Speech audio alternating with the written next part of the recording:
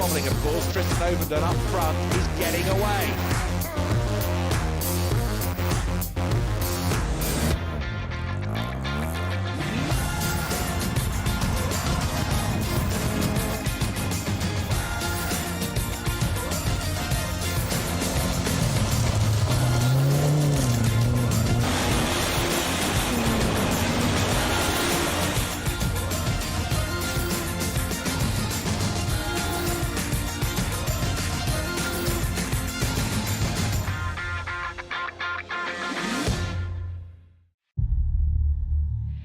Pedal travel needs to be much shorter. This is not good.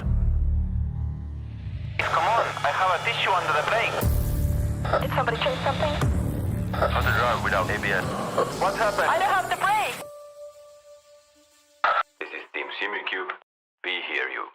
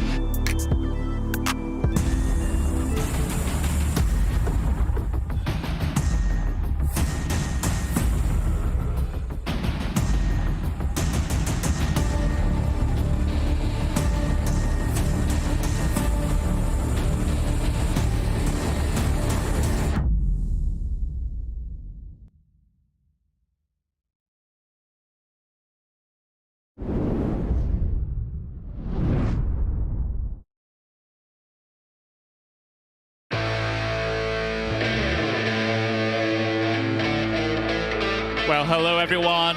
It's a new round of the ROKiT British F4 Esports Championship. We head to Silverstone for the Simucube round number 5 at Silverstone. It's the penultimate round, of course, of the championship here in the ROKiT British F4 Esports Championship. And we have it at the home of British Motorsports. My name is Connery Maddock, and as ever, I'm joined by the ever wonderful and ever present Lewis McGlade for this one. We've had a wide variety of tracks over the course of this season, Lewis, but we arrive at Silverstone. We're using the national circuit. This is going to be maybe a little different from the tracks that have come previous, given how much that these cars can keep themselves together. Yeah, tiny track, this one, of course, running the half of Silverstone that actually is based in Northamptonshire, the other half being in Buckinghamshire.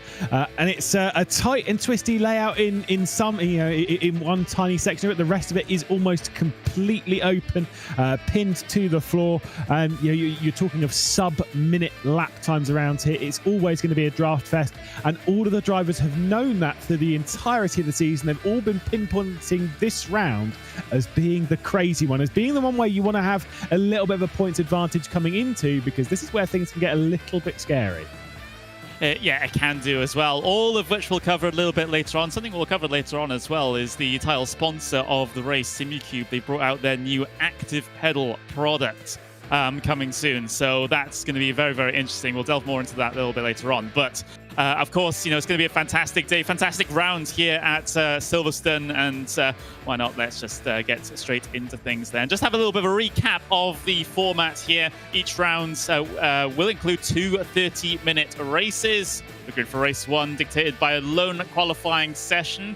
If you're unfamiliar to sim racing, that means the cars are all alone out there on circuit, not being able to affect anyone else or anyone else being able to affect themselves. The grid for race 2 will be determined by a reverse grid, and that reverse grid will be a random reverse grid between the 5th place finisher and the 10th place finisher in race 1. And you can see the point scoring system there down at the very bottom of your screen. They're very, very familiar, of course. 25 points to the race winner, points all the way down to P10, which is your final point paying position here in this one. And well, these are the prizes that the teams and drivers are going to be competing for as we get very, very late on into the season here today. Primarily, it is a team's championship, of course, £2,500 going to the winning team at the end of the season, with $1.5 grand going to second and £1 grand going to third. There's also a small drivers championship pool as well. £500 goes to the winning driver in that instance, and it's not just monetary prizes either. The winning team will get themselves 2 full days in the base performance simulator, official Formula 4 simulator in Banbury. The second place team will also get that, but they only get 1 full day. The third place team will get themselves 6 hours simulator time at the Virtual Reality Racing Club at Silverstone. But more prizes are on offer. The winning driver gets themselves a SimRace 5 simulator chassis and Virtual Reality Racing Club GTF1 race seat as well. All top 3 drivers will get themselves 1 hour of online sim coaching sessions from VRRC as well. And everyone that wins a prize will be able to get themselves invited to attend the Night of Champions here in conjunction with Motorsports UK. So that is an absolutely fantastic group of prizes here to be giving in the not too distant future here, Lewis. We are coming towards the end of the season now.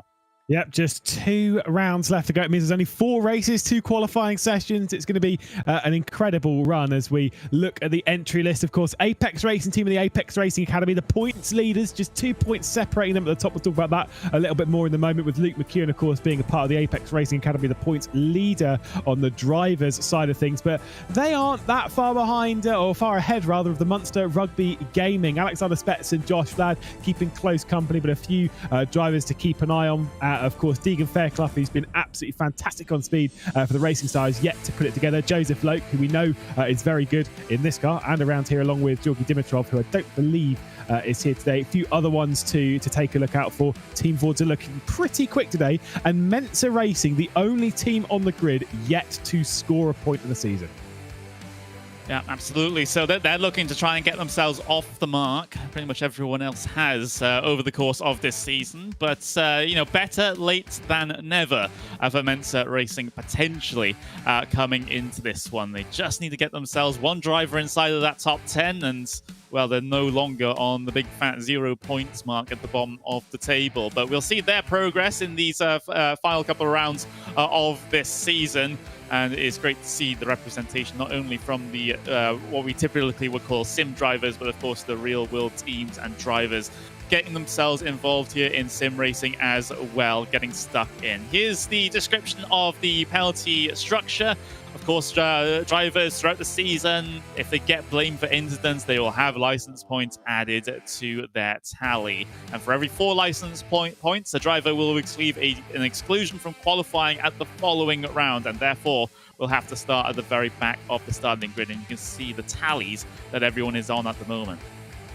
Yeah, I'm not. I think Deegan Fairclough and Ruben Stanislaus, and I think Corey Lane as well. They served their penalty last round. So as much as they are high on that list, I don't believe they're actually carrying in that removal from qualifying in this. They've already technically served that one, but Deegan Fairclough's already moving himself.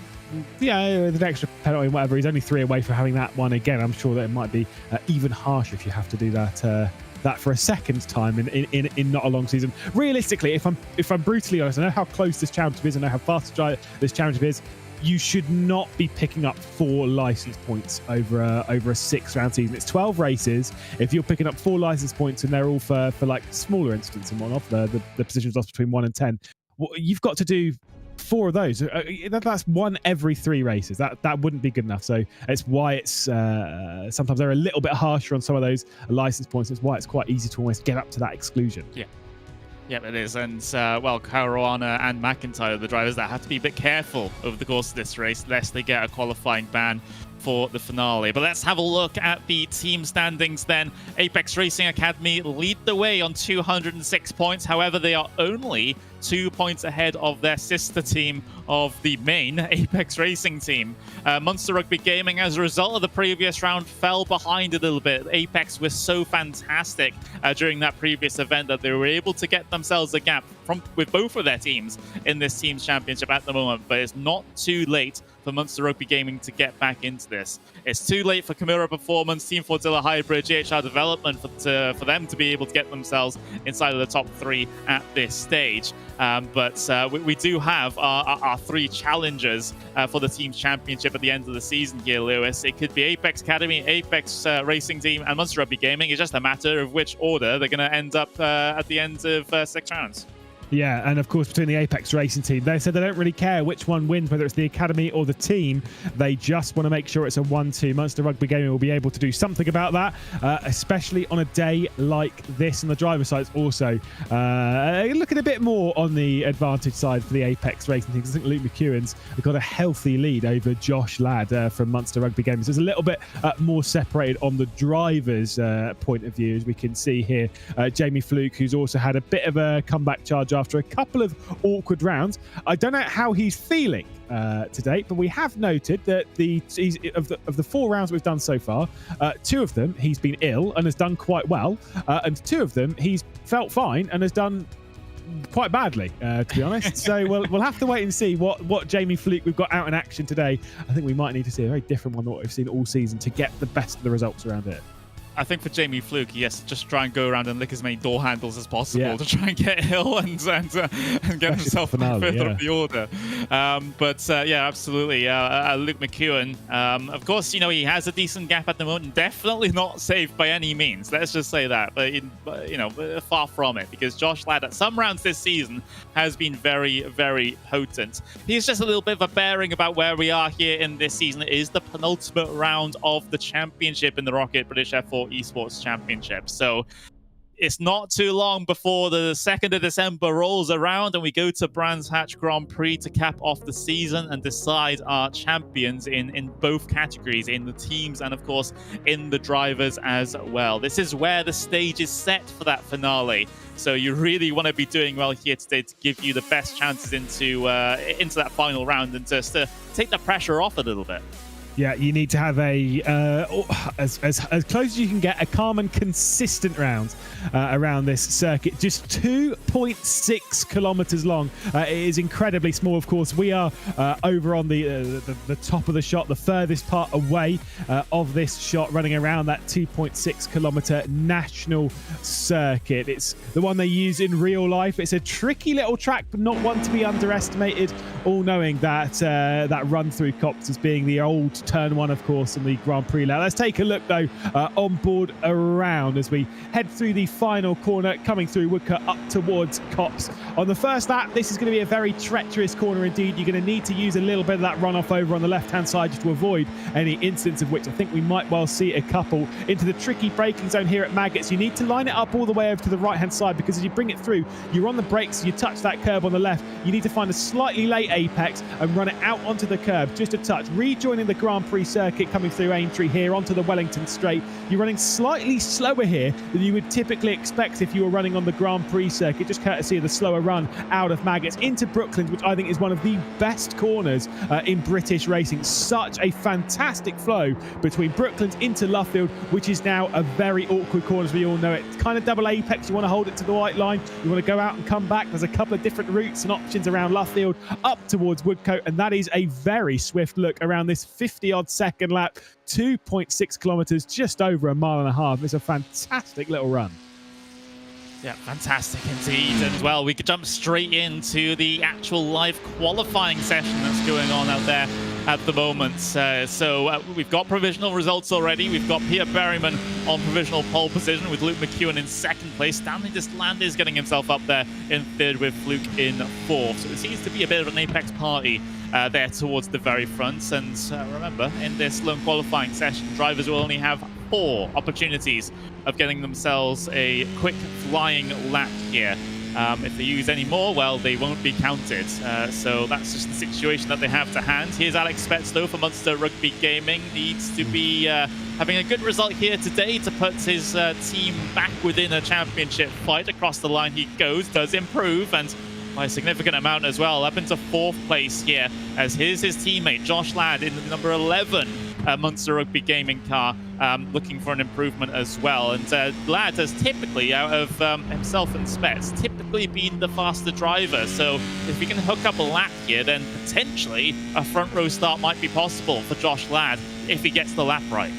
Yeah, he's got to. I mean, if he gets into the front row without getting pole position, he'll have slotted that 2,000th gap between Peter Berryman and Luke McEwen across the line of 54.669. It's a decent improvement, which puts him up into third, becoming a 6.71 on the time sheets there. There's McEwen, who's 2,000ths of this pole. I've got to say, I really like the fact that, again, I've said it before, how it's a solo qualifying. You're just out there on the track by yourself. It's one thing that was the most frustrating thing when I used to drive racing around here, is that you would have the teams that are so good at working together, the likes of the Apex Racing team. They would just sit in one full-card train, sacrifice one person's lap. You've got 4 laps in the session. They'll just keep moving it around and sacrificing each other's laps. And it's almost unbeatable. The fact that you've got to go out there and do it yourself, and the fact this is going to be an incredibly tight margin throughout this qualifying session, I think it's absolutely fantastic. Berryman, by the way, did improve onto a 54.615, so now actually moves about 300ths clear of his teammate McEwen. Yeah, McEwen wasn't able to improve, neither was Deslanders. Pev getting himself up into 5th place. That's a monster qualifying lap there from the number 77. We're on board with Fairclough now at the moment, though. Number 87 car, best time 54.819. And you can just see how close the times are there on the left-hand side. There's absolutely nothing in it, especially considering we have such a short lap time here. That means the gaps are even closer. Yeah, interesting there from Deegan Fairclough as he heads his way up towards the line. Kind of aborted that lap just towards the end there. 55.1, not good enough for any sort of improvement. Here's Joseph Loco. He impressed us last time out, didn't he, Lewis? Yeah, he certainly did. Got a few points onto the board around a circuit, which he has been good at in the real British Formula 4 Championship, of course. Around here, did pick up a podium in the final of the 3 races over the weekend. As he crosses the line, still remains in 15th. Bradbury, though, up to 4th. As we'll see, James Armstrong back in the JHR Developments car. Of course, Dimitrov, we did believe was on the entry list, but we did believe wasn't taking part. So that one will be handed over back to James Armstrong. He's actually done quite well in that car in the early stages of this season. Although I do believe with 3.5 minutes left to go, with them doing such quick lap times around here, I actually think the qualifying session is pretty much done. Yeah, I think it is. And we've got a spare 3 minutes and 20 seconds to try and fill here. That's just what happens when we have such a short lap time, and we still have 10 minutes of qualifying. So just gives us a little time to have a little bit of a chat about the situation that's in front of us here at the moment. Remember, this is round number 5 of the ROKiT British F4 Esports Championship. It's not just round number 5, it's the Simucube round number 5 as well, and they have announced a new product. It's the Simucube Active Pedal. Which is sort of a new pedal philosophy, at least in terms of sim racing equipment. So you can adjust the pedal feel using Simucube's own software.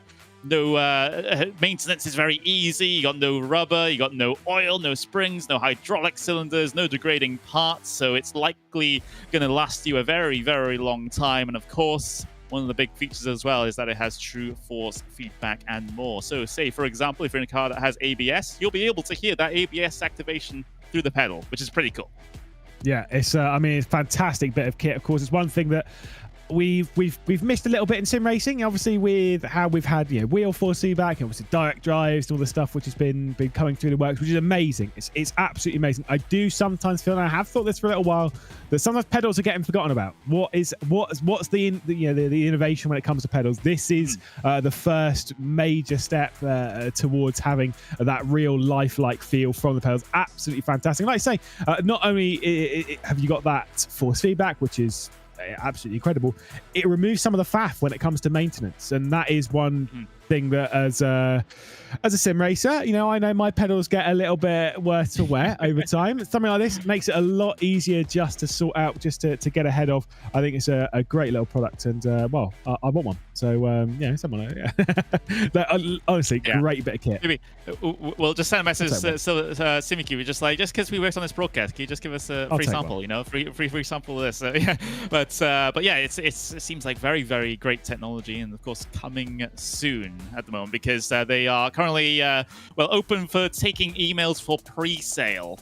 So that's simucube.com/active pedal, all one words. They're open for get notified when pre-sales start, so you can try and get yourself first in the queue, I guess, because I get the feeling that this will be very, very popular amongst a lot of the sim drivers that may be watching this, maybe even amongst some of the pro drivers as well. But yeah, anyway, thank you very much to Simucube for sponsoring this particular round of the ROKiT British F4 Esports Championship. We're about to get ourselves, well, we're 35 seconds away from getting ourselves our starting grid then for race number 1. So as things stack up, it was a very successful qualifying session for Apex Racing Team and Plus Academy with Peter Berryman and Luke McEwen on the front row. But Josh Ladd sticking in P3, that's much better position for him compared to what happened last time. Yeah, like I say, I mean, that's the most important thing around here. Getting out of that danger zone, right? That's where a few too many drivers, I feel, are in that danger zone really between 5th and 15th. And you want to make sure when you're fighting for the championship, when you like to Josh Ladd, like I say, get out of that zone. To have the top 2 in the driver starting in 2nd and 3rd, I think that's going to be very, very important. But I will say someone starting in that danger zone, Jamie Fluke, only 8th.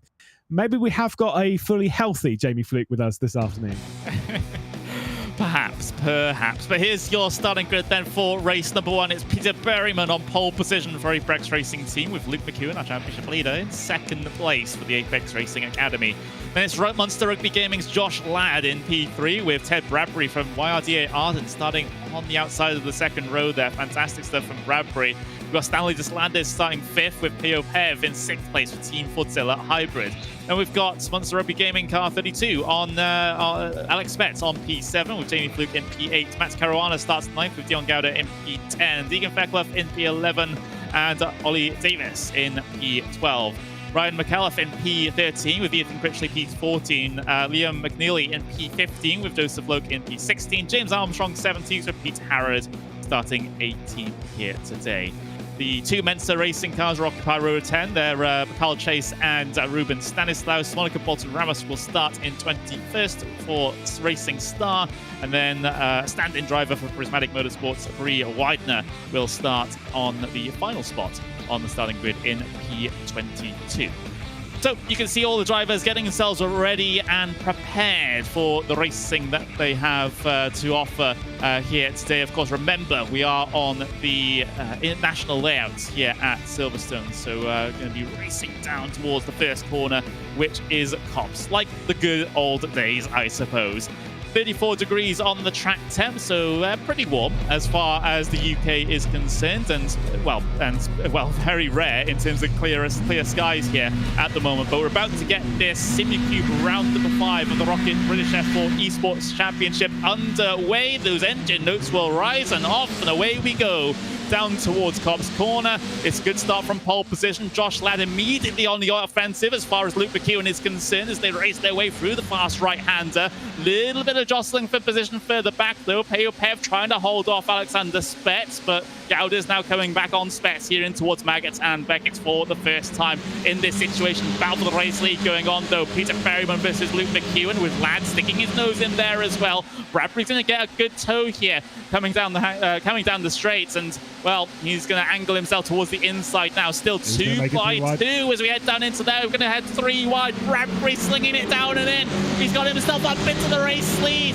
What a move from the number 53. Take a bow.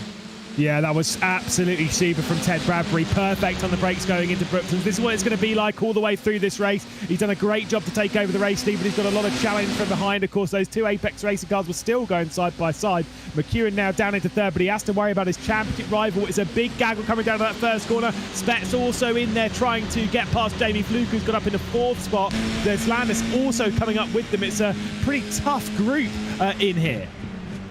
Very tough group indeed, and there's still a battle for the race lead going on as we ride on board with Josh Ladd as he finds himself in the thick of things here as we angle ourselves on towards the Wellington Straight. Next braking zone is going to be down at Brooklands, which is going to be your big overtaking opportunity here today. Just asked Ted Bradbury just 1 lap ago, but 2 by 2 as they head into here. They are not giving this one up whatsoever. Fluke and McEwen going wheel to wheel ahead of Josh Ladd here. Ladd secures himself ahead of his teammate of Spetz, who's had a decent start out of this one, has Spetz. So potentially some good points on offer here for Monster Rugby Gaming, as long as they can try and negotiate these Apex Racing cars ahead of them. And, well, Ladd is certainly tempted to give it a go. Yeah, Fluke had to back out of that one a little bit. It was on the outside of McEwen going through the first corner, and Josh Ladd's gone for the up and under, potentially out of Cop's corner on the run down towards one of realistically only 2 braking zones on the entire circuit. This one's the longer of the 2, but it goes into a much tighter corner down the inside. Ladd might well have made that one stick on Fluke, but he's then going to get a slipstream back up of his teammate. I think Berryman also might challenge coming down into Brooklands.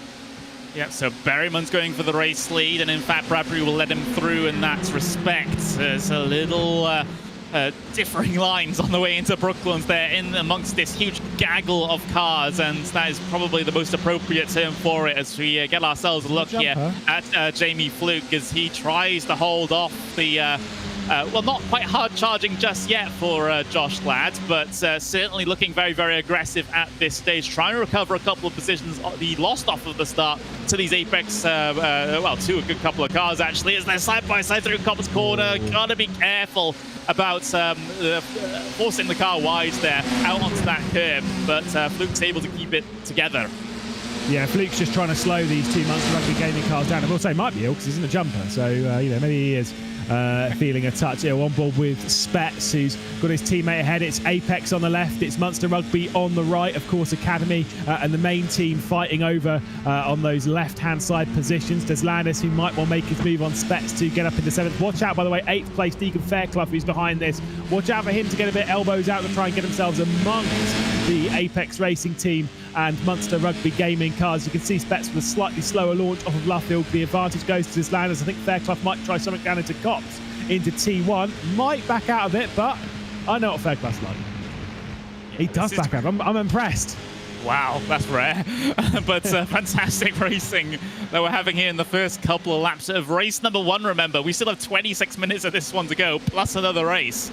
So there's certainly no shortage of action here. Oh, no, I've just seen, well, my view of things, what has happened behind this entire grouping.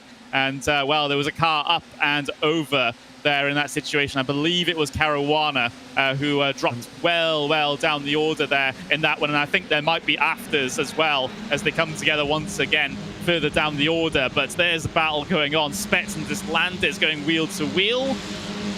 Through they go, and well, let's see if the Apex Academy car has the space on the outside. Yes, it does.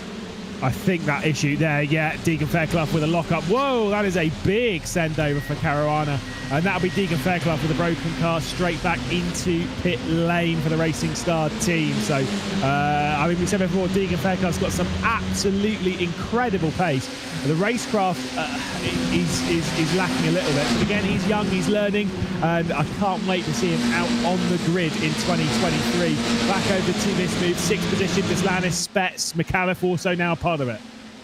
Yeah, and well, it's a little bit of a 2-car breakaway slightly at the very front of the field. McEwen is still keeping himself in that leading train here for the moment as Mikulev gets himself down the inside of this Landers. Mikulev sliding about all over the place through Brooklands and now in towards Luffield. McNeely takes the initiative, takes the opportunity and tries to go down the inside, but doesn't have the grip off the corner required to be able to make that move complete. Ethan Critchley actually, I saw go down towards the pit lane there. Yeah, I think, again, more damage. I'm going to take a wild guess. But I think what we've seen is that some of these cars, and obviously everyone's got different mentalities of how to take on this race. Some are going full attack from the start. Some are playing the longer game immediately. And it's creating a bit of a gap between the top 3 and everyone behind. You can see it's a 1.3 second gap between Fluke and McEwen. I think Fluke will be able to catch that one back up. But if he doesn't have any attacks behind, that's where Josh Ladd needs to honestly not attack. If he wants to win this race, Josh Ladd needs to not attack Jamie Fluke right now. He needs to play the long game and stay in the slip. Of course, he's not going to do that at all. They're racing drivers after all. But this is going to cost them half a second, maybe even towards a full second by the time they come around. And he's not even made the position. So is it worth it? And I've also got to say, another car in this train who was looking really good in practice coming into this. 9th place, McNeely in that Ford Zilla car. Watch out for McNeely. Actually looking really good on pace around it. Really good on pace indeed, and well, we continue to track their progress. Here's more wheel-to-wheel action into Maggots and swinging into Beckett's and getting yourself through the cut through Out onto the... Jamie Fluke actually rode the curb a little bit there, lost a lot of ground. So that means the Monster Rugby Gaming cars are through. And in fact, the Apex Racing Academy car of Deslandes also trying to make something of it down in towards Brooklands as well. Jamie Fluke, you'll continue to fight this one out with the sister car, of course. You know, Apex's goal is to get you know, one of the two teams, or get themselves even a 1-2 finish in the championship at the end of the day. But when you have the two Monster Rugby Gaming cars ahead of both of them in this situation, perhaps it might be more advisable just to calm down and not fight that one too much. Yeah, it is quite a gaggle here. And like you say, they've now lost 2 seconds to that leader. There is the move to the inside. McNeely getting past McAuliffe. Armstrong. I said before, Armstrong, that JHR Developments car, I mean, he may not have qualified quite well, but he's done well to drag himself into this train. Pev, the Bulgarian, directly behind. We might get a little bit elbows out of this train. But it's quite a long one between 4th and 11th spot. Before they get back to Bree Widener, who'll be coming through the back of shot there of the Prismatic Motorsports car, who is just looking for a couple of issues in this train, and then they'll be scoring some pretty well-deserved points. Keep your nose clean, keep out of trouble in this round. That is king above everything else. Yeah, it's easier said than done, though, especially when you have the temptation of all those positions ahead of you. Say if you're in a situation like, well, Armstrong is at the moment as we're riding on board with him. You see a train of cars ahead of you. You as a racing driver, you get excited, don't you? It's like, oh my god, I can try and pull off so many passes to try and climb myself through this order. But sometimes you get in over your heads, and it ends up in a very, very big accident, especially given the type of racing that's on display here at the moment in terms of the draft lock, shall we say. So opportunities are easy to come by, but execution perhaps a little bit more difficult. And of course, going wheel to wheel means you start to lose track of the cars ahead as well. That's what the leading peloton here at the moment, not quite the leading cars, but the main grouping of them, to steal a cycling term, as we're on board with McAuliffe, and oh, that's been McNeely down the inside of Fluke, forces Fluke wide. Fluke's able to maintain the position though. McAuliffe trying to pick up the pieces out of this one. Going to get himself a very good drive off of Lovefield, but he's got to deal with James Armstrong, who's stuck his nose in there through Woodcut. So as soon as you try and capitalize on anything ahead of you, all of a sudden there's cars behind also looking to try and beep head their way through. Yeah, the most important person, I feel like, I've always said this, you know, when it comes to tracks like this, the most important person to see whether you're going to catch the grouping ahead or whatever, or be caught by the grouping behind, is actually the second car in train. Out wide again, Specs goes. He's going to lose that to Deslandes and to Fluke. It won't be too much of a major towards this train's pace, because again, I've said before, it's the first and the second car, those are the deciders. And right now, I will say in this group, Bradbury did it really well back in Donington, unfortunately before a bit of an issue late on. Doing a very similar thing, sitting in second spot, or yeah, in this case, dropping back into third, not panicking, not worrying. Actually, a very mature drive, letting the other two get on with it a touch. I think is absolute genius, because he's let Berryman get on with his pace, and I think he's the one almost. I'd almost put him as the one more responsible as to why that train 2 seconds clear of this one, because they haven't been fighting. No, they haven't. It's been a very, very calm affair in your leading trio, and you know they've reaped the rewards, haven't they, Lewis? It's Josh Ladd can't really do anything from that far back. Deslandes, neither can Fluke or Specs, because they've all been having this intra-group battle, and they've lost sight of the lead cars here at the moment. It's not impossible for them to get organized and catch back up, but with the way things are going at the moment, with noses being shown left, right, and center down into these braking zones, it's probably not going to happen. I think you'd be a very brave person to count this train out from catching the leaders. We've seen it. We saw it at Alton Park, even there, where the top 2 or 3 had cleared away, and then they were still caught. There's 18 minutes and 50 seconds left to go in this race. If this train stops fighting and basically continue on what they're doing now, if Josh Ladd has some decent pace in him, especially if the top 3 do start squabbling just a touch. We're not halfway through this race yet. That gap's gone up to over 2 seconds. There's no reason why it couldn't come down from it as well, especially when you get towards that region of it being around about a second and a half, because then you start getting the slipstream. This, though, will not help them. This lands over the rear end of Ladd, and he's going to attack. This is going to completely cancel it. Yep, Deslandes attempts to go the long way around. Not going to get the ground required, and actually will come under threat from his teammate around the outside of Lovefield.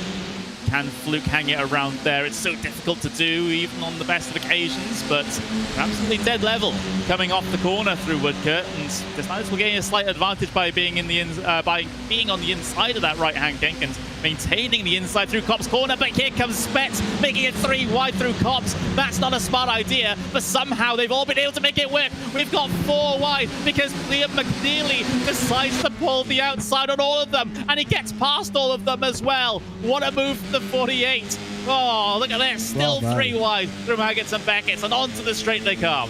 This is going to end it. This is going to end in tears. I can just see it. I've seen it time and time again, and you know it. When you're in the middle of it, you're like, yeah, this can't last. This cannot last. We're on board with Armstrong there. There's McNeely taking the defensive line to try and hang off Spets, who's trying to go around the outside, side by side between the 2 Apex Racing cars of Deslanders and Fluke as well. Behind that, you've got McAuliffe, you've got Armstrong, you've got Peo Pev waiting for his opportunity to join into this fight. Josh Ladd's checked out by over a second. McNeely was absolutely brilliant through the first sector of the previous lap, and now is just about hanging on to the leaders group. But of course, with the overspeed, it's going to be Spets attacking into the first corner. There it is. They got lap traffic as well. Ramos gets herself to the inside, so it won't be a major factor in this one as Spets again looks down the left-hand side, driver's left-hand side of McNeely.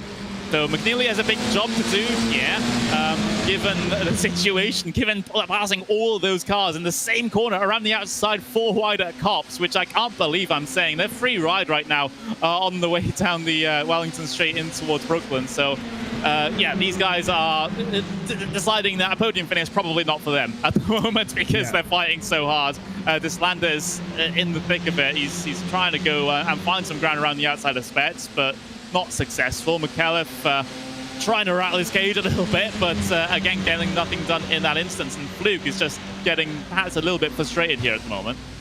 Yeah, you got to say this is exactly what we were expecting, to be honest, from a round like this. It's just madness. That, like I say, none of these want a podium very clearly. We've almost guaranteed who will be interviewing between the 2 races, because right now it's definitely going to be between Berryman, McEwen and Bradbury, because Ladd's too far off, and this train, they don't want to be a part of it. McNeely again hanging on from Spets, Deslandis, McAuliffe, Fluke, Pev, Armstrong, all involved in this train. A bit of a connection issue there for McNeely at the head of the train here. Josh Ladd, like you say, is absolutely gone. 1.1 seconds clear of this train. Still not impossible to be caught, but if they're fighting like this, unlikely to be caught. Yeah, the longer this goes on, the chances of any of these guys getting a podium, start to slide down the rankings a little bit, unless there's an issue in that leading trio in the final couple of laps when, for example, Bradbury might want to push on and get a step or 2 higher on the podium. But again, it's always sketchy when it's side by side through Cop's corner, but it is the 2 sister cars. Jamie Fluke and Stanley Deslanders, so they definitely will give each other enough room to try and make that one work, lest there be an awkward moment, an awkward conversation in the team speak, or the Discord, as it tends to be these days. I will say, with these cars going side by side at Cop, probably actually isn't as crazy, because they've got quite a lot of downforce, and they've only got 160 brake horsepower, because it's not actually getting up to too much speed going down into that first corner at Cops. It means it's, while side by side is all right, you know, it's not crazy, but then when you ride on board with Fluke going through Brooklyn, you think, wow, he was catching quite a few slides in the middle of that. Maybe there's a couple more questions to be laid to rest. Looking backwards towards Peo Pev as he's still side by side with Deslandis onto the start-finish straight. We'll ride on board with Pev through that first corner. Surely not going to make it 3 wide. Let's see if there's going to be any crazy steering inputs from the Bulgarian. Turns it in. Just one nice smooth movement. And I think they're not at the absolute limit of grip, that they're actually okay to kind of run through there, even side by side, without losing too much time. It's down here where the side by sides are constantly losing. Yeah, I mean, it was just a couple of laps ago that they were 3 wide into Cops and somehow came out 4 wide. You know, that I'm still not entirely sure how that happened. But things, dare I say, calming down a little bit as the pack has been split up a little bit on the way down in towards Brooklyn, because the fighting of the sister cars of Fluke and Deslanders has sort of split this group down the middle as McNeely, Spets and Mikulev are all trying to run away. And in fact, they're trying to make sure Josh Ladd doesn't get too far down the road. And, whoa, was there contact there, actually? Yeah, there was. Whoa, there Spets was. to the back of McNeely. I think he was going for the bump draft, which you can do in this car. I mean, it's not ideal, but you can do it. I think misjudged the speed differential between Spets himself and McNeely. That was a sizable bit of contact that might actually damage the rear end of McNeely's car and make it slightly more sketchy going through corners. To be fair, going through medium speed corners, of which there is only one on this circuit, so in that sense might actually be okay going through Brooklands. But yeah, that might not be ideal. Bradbury and McEwen switch over. We'll look at the race lead when it's completely relevant, because they're just switching over between the three of them. It's nothing crazy, and it's at this point, unless any big drama happens, it is going to be one of those three that will win this race. With 12.5 minutes, Josh Ladd definitely cannot count. Yeah, and well, Ladd's in a bit of no man's land here at the moment, because he's, 4 seconds behind the leading trio, and he's a good, let's see, around about second or so ahead of McNeely, McAuliffe, and Spets. So he's running a race on his own here for the moment. He's got to be careful that the group behind him don't get too organised and start reeling him in, as seems to happen in these sorts of races. Again, we've had a little bit of a calmer period over the past couple of minutes than we've had for the vast majority of this race so far. And remember, this is not the only race that we're having here today either. We've got race 2 coming up, and that will be involving a reverse grid as well. So that's just another little random element to throw in there to try and make things even more spicy when the pap's a little bit too hot already. Yeah, if you think this race is pretty crazy, wait until we get going. Wait another 40 minutes or half hour until we get going in that second race, because we will be in serious crazy, especially if the number's 10. And now, I would normally be one of the people to be like, 10. Let's see that number out to be the craziest reverse grid. Whereas around here, I'm just like, why not? I want to see 10. I just want to see. I've woken up and I've just chosen chaos, and that's where we are at the moment. Inside, McNeely still hanging on from McAuliffe, and of course the inside line being taken by Spets. Could actually be a good round, by the way, for the Munster Rugby Gaming team to get themselves back in towards the title challenge. If they can get Spets towards the front of the train without dragging through Fluke and this Landers who are on board with now as they're 3 wide. Of course they are, in the group. Yeah, and washing out there is McNeely. He's able to make sure he stays on the grey stuff there and hold that inside through Lovefield. It's triggered a fight behind between Mikulev and Spets, though. We're getting the view of Stanley Deslanders. Oh, that Munster Rugby Gaming car almost getting pinched into the pit wall there as we head our way down in towards Cops Corner once again. Wheel to wheel through this very, very fast right-hander. Famous corner, of course, and well, every corner around this track is very famous, let's be honest. But we're coming up towards 10 minutes left to go. Things still very much undecided here in this grouping, and well, dare I say it, still not decided. I mean, amongst the top 3 as well. They got to start fighting at some point, surely. Yeah, it kind of the real time and stuff like January will probably be about 2 laps to go. You see him switch over a few times until that point. But the real fight will come with 2 laps to go. That's when it all really start to switch up quite a bit. Fluke around the outside of McAuliffe, getting squeezed off just a touch, but he wasn't really there. So all's fair in that one. And of course, sat at the rear end of this train, looking for a way into it is now Spets. And Armstrong and Pev both have dropped right off the rear end of this train. If they want to get back in it, they need to not fight between the 2 of them and just focus on the slipstream. No mistakes. Deslanders, they're the ones actively fighting out there through Cobb's corner, but Deslanders will have the upper hand in this instance, keeps himself ahead. This is so important for the Apex Academy car to not to make the points delta a little bit better to Munster Rugby Gaming. Spets is definitely the one that has the more pressure on his shoulders here at the moment, because his teammate Josh Ladd is doing a good job. He's up into 4th place.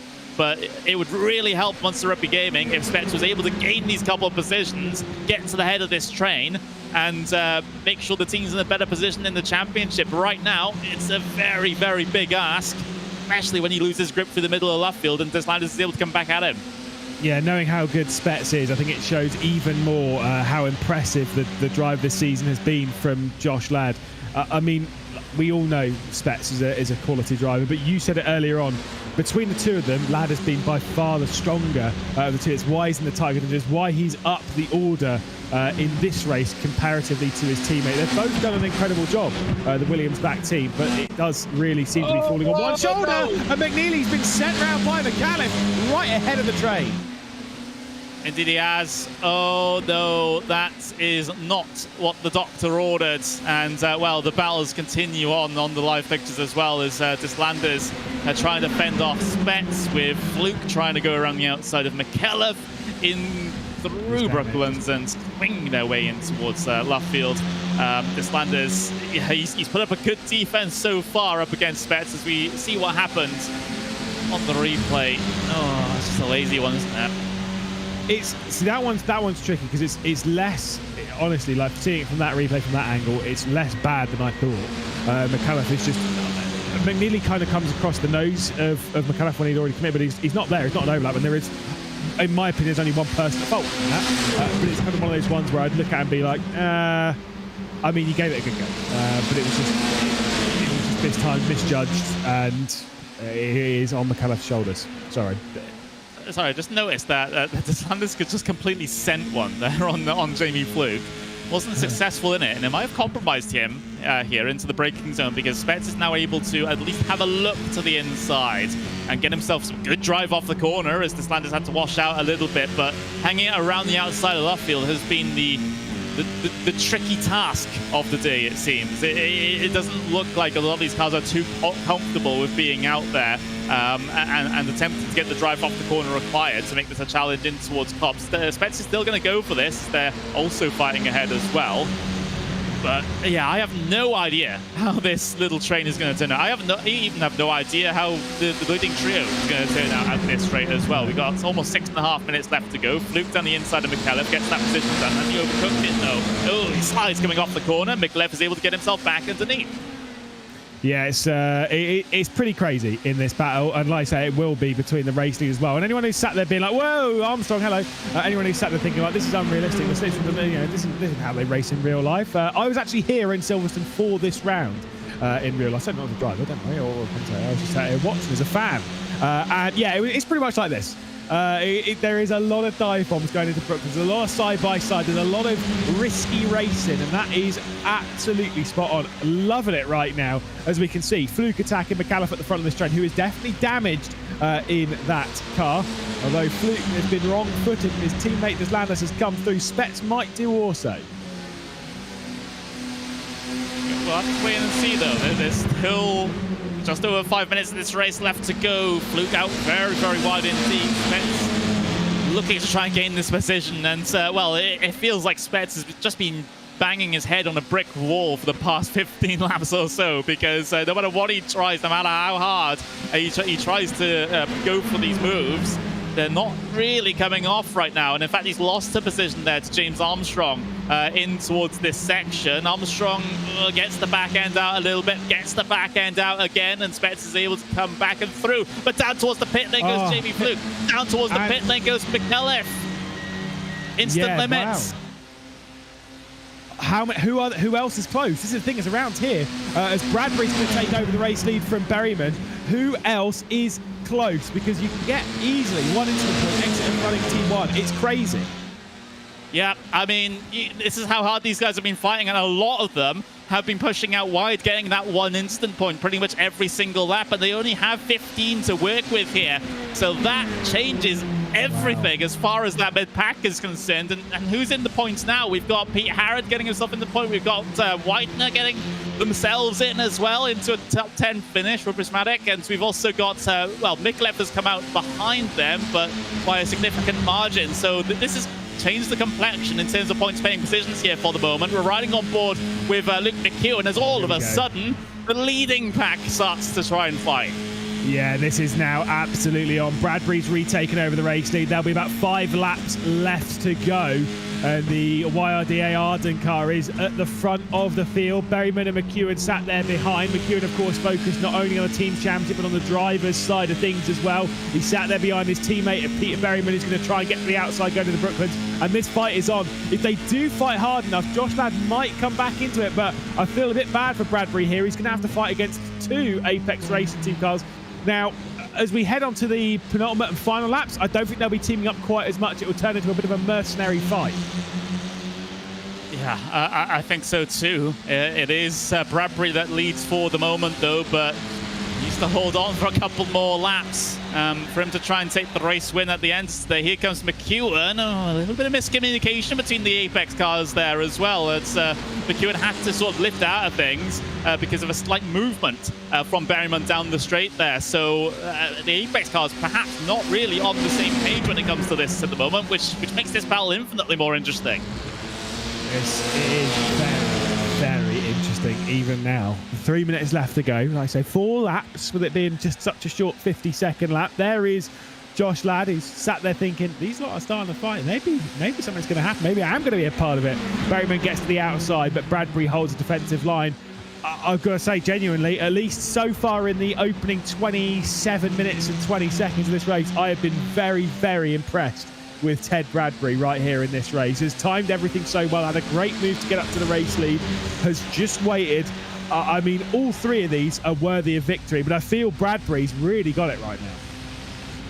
It's the YRDA Arden car that leads the 2 Apex machines around here at the moment. Technically 3 teams represented within this top 3. But of course, we know the Apex Racing team and the Academy from the same outfit. But here comes Peter Berryman then for the race lead into the Maggots and Beckett section. Not going to get anything done through the first part. Looks for the drive and the angle off the corner as well. Oh, he's just about got a slight overlap on the way down the Wellington straight. He'll get a push from his teammate, and you can see how that's affected things on the way in towards the braking zone. Bradbury has the preferred line into here. As long as he doesn't gift Berryman the inside for Luffield, which he doesn't, he should be okay for another lap.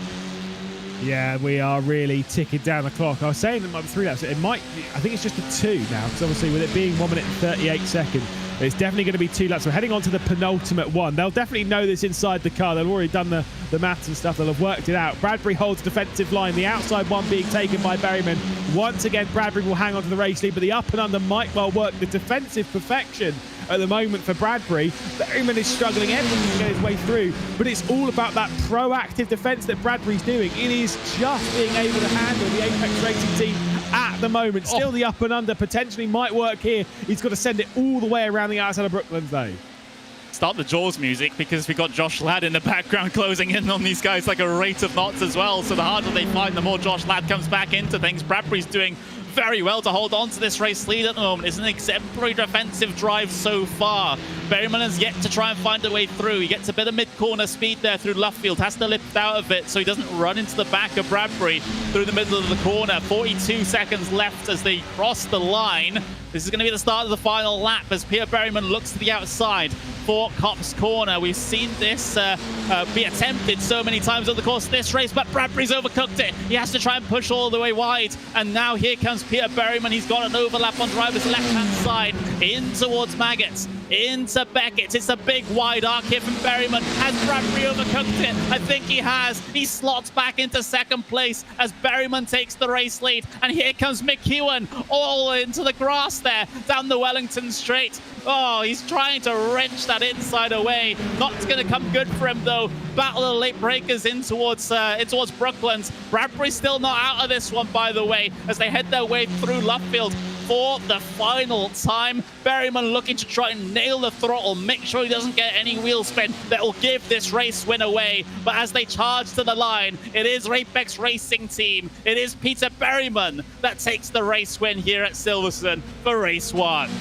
Yeah, see Bradbury from Berryman. Bradbury, though, was wise. That is not good, though, from Widener. That is not good. That is not a solid move. Might have been chopped off a little bit there by Harrod, though, but no points paying position. It was going to be the final points paying position, but now McAuliffe, after the drive-through, moved himself up into 10th and might well be in for that reverse grid spot. Yeah. Oh, that's unfortunate there through the final corner as we get ourselves the rest of the runners through and across the line. As a result of that, McAuliffe gets himself the final points paying position. But what a race. What a first race we've had here at Silverstone. We're not done here today, by the way. We've got another 30-minute race involving a reverse grid coming up. Oh, we're going to have to take a breather at some point. Here's the reverse grid, though. We've typically had quite low reverse grids so far over the course of this season. We've had a couple of 5-place reverse grids, the lowest that we have. But potentially we might have it again, or we might get ourselves a 7. Is it going to stop? No, it's not going to stop on 7. It's another 5-place reverse grid. This seems like this wheel is biased, Lewis. Yeah, I'm not suggesting that at all, by the way. It didn't want us to have 10 there. I saw it going towards 10, but now it skated past, and so Deslamis will have the reverse grid pole. Here we go. Those are the unofficial results. I gotta say, very unofficial at this stage, depending on post-race actions from the race administrators and the race stewards. But Peter Berryman takes the race win from Ted Bradbury, who gave it his all. And in the end, it was a margin less than 1/10 of a second at the line for Bradbury. So again, a very good effort from the YRDA Arden driver. Luke McEwen, our championship leader, 3rd place here. Final step on the podium. Josh Ladd's, of course, in a bit of no man's land throughout most of this race. He finishes almost 2 seconds back off the race leader in 4th. Stanley Deslandis in 5th with Alex Betts in P6. Peo Pevin P7 with Armstrong 8th. Pete Harrod P9. And Mikalev P10 as our last points paying position. Jamie Fluke drops down into P11. Not ideal for the Apex Racing team. Liam McNeely, P12, with Ethan Critchley, P13, Bria Widener, P14 after what could have been a single point, potentially for the number 83 after trying to fight it out with Pete Harrod at the end there, but unfortunately having an incident. We got Monica Ramos actually getting herself up into 15th place here.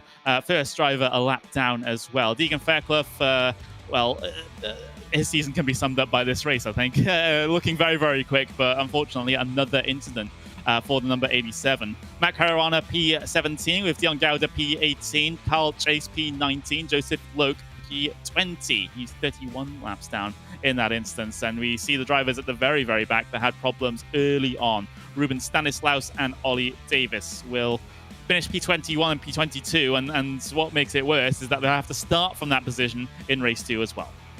Yeah, everyone below 5th will be starting in the same positions, which I say 6th, 7th, 8th. It's a bit irritating, but that's fair enough. When you start in 15th, 20th, when you start in 11th, the likes of Jamie Fluke, you're in for a little bit of a frustrating race potentially. I think that's one thing to tell us that maybe Jamie Fluke is actually feeling 100% fit and healthy, because it just didn't look quite as... I think he got involved too much in that mid-pack, and that's the problem around here, is that when you're in that mid-pack, you almost can't escape the front of it. You're always a part of it. It's like an elastic band. You just can't break out of it, and you just see the top 3 clearing away, and yeah, it's just how it goes. Yeah, that is just how it goes. But it was interesting seeing that breakaway so early on as well, and that's not going to be a guarantee as we're going to head into race 2, especially with the reverse grid. It might happen if one of the faster drivers gets to the front within the first lap or 2, and then tries to break away with clear air pace, as some of the drivers have demonstrated so far. But it's certainly not a guarantee. So this is going to be a very, very big cluster here in this second race. Of course, we are waiting for the drivers to get themselves ready and to speak to us, and indeed they are ready. So, Lewis, you're standing by with our race winner of Peter Berryman. Yeah, indeed. Let's have a quick little chinwag. We were talking last round about how this was the one that everyone was looking at as being a little bit crazy. Was it as crazy as you thought? Or was it actually a little bit calmer? The top 3 seemed to clear away from everyone. Yeah, for us 3 at the front, definitely not so crazy. I think the 3 of us knew what was going on. We had a bit of a breakaway, and then we sort of just worked together. And then, as you see in the last few laps, we can have a bit of a scrap for it. Yeah, gotta say thanks to Luke, obviously playing a bit of the team game there. He easily could have fought for the win as well, but obviously all being in the same channel, we could hear the chaos going on behind. So yeah, just tried to maximize the team points as much as we could. How much do you hear? Is it just an open mic between yourselves, Jamie, Stanley, of course, and Luke, who was up there with you? But are you hearing everything about what's going on? Because I would assume that those 2 are communicating a fair amount in that train. Yeah, I mean, we all have mute buttons, so if I really wanted to, I could deafen. But at least for myself, I think it's kind of good to know what's going on behind as well. Obviously, I could hear that those guys were fighting hard, and then getting the feedback from the guys on lap times, we knew that we were pulling away. So yeah, sometimes in the right situations, it's maybe good to mute and not hear so much, so you can focus. But yeah, in these races, I think it's good to sort of get an idea of what's going on around you. Now, when it comes to that final couple of laps where you were really battling it out with Ted, and obviously, slightly less so with Luke, obviously, teammate and whatnot. Were you going into it pretty confident that you could have one over on Ted Bradbury, knowing that he is fast, he is a bit aggressive? Were you kind of prepared on that? Were you watch some of the races earlier on the season to understand what kind of driver he is, or is it just kind of like just race it? I mean, initially at the start of the race, I sort of was a bit worried that maybe he would fight, given that he's tended to fight a bit hard at the start of races beforehand. But I think within the first few laps, I've seen that he was straight away wanting to work with us. So I think that I sort of knew in my head that it would come down to the last 4, 5, 6 laps before we'd start fighting.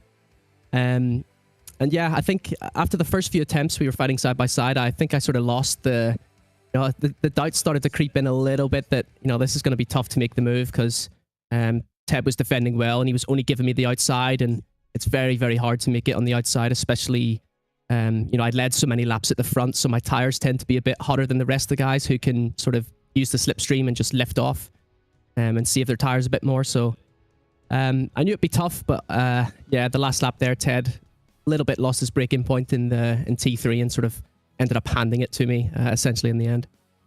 Well, finally, the reverse grid is 5, by the way, so you'll be starting from 5th position. What's the goal from there? Is just keeping the nose clean, or are we looking for a bit of a double here at Silverstone? I mean, I like to say survive, but I think the racer in me, if the gaps are there, I think I'll probably go for them. But we'll see what happens. All right, cheers, Peter. We'll let you get back into the mindset. Super effort. Thanks, guys.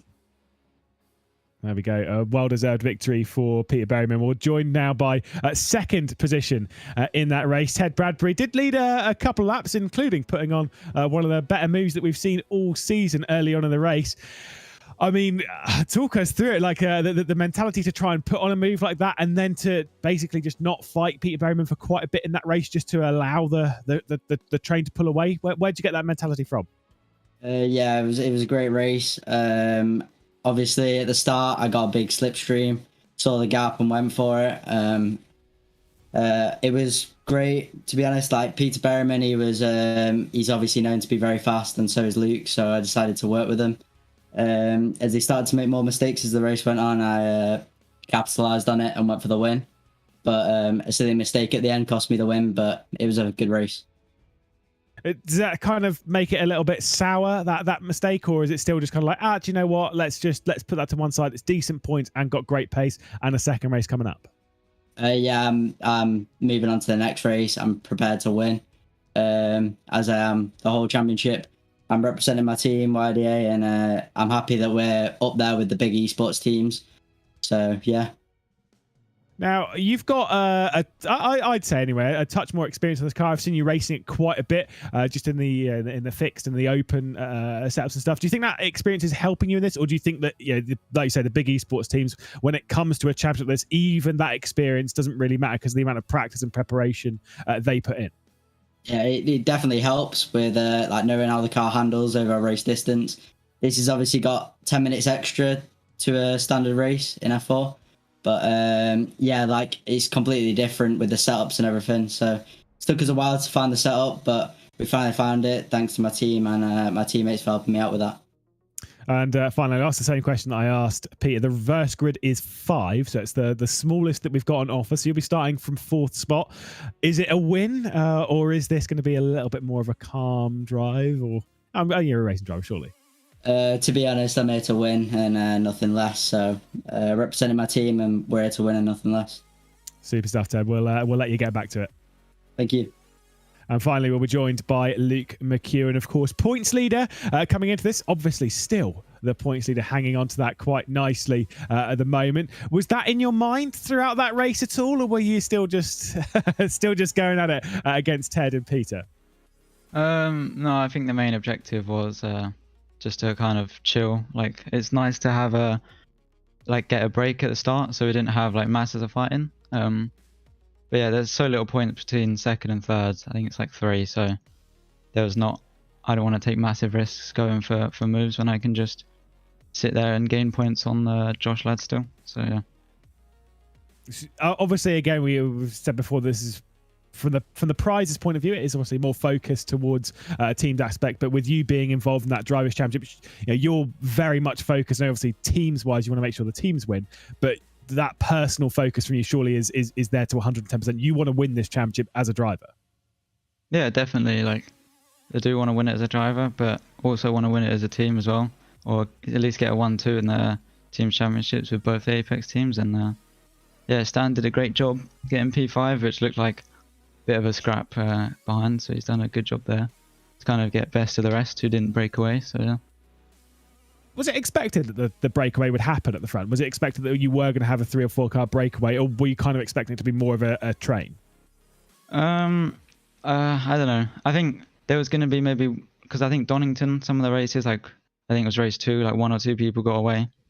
So I was thinking maybe the same, but this track is even more slipstream than Donington. So part of me was thinking it's just going to be like a scrap to the end. Anyone can win it, really.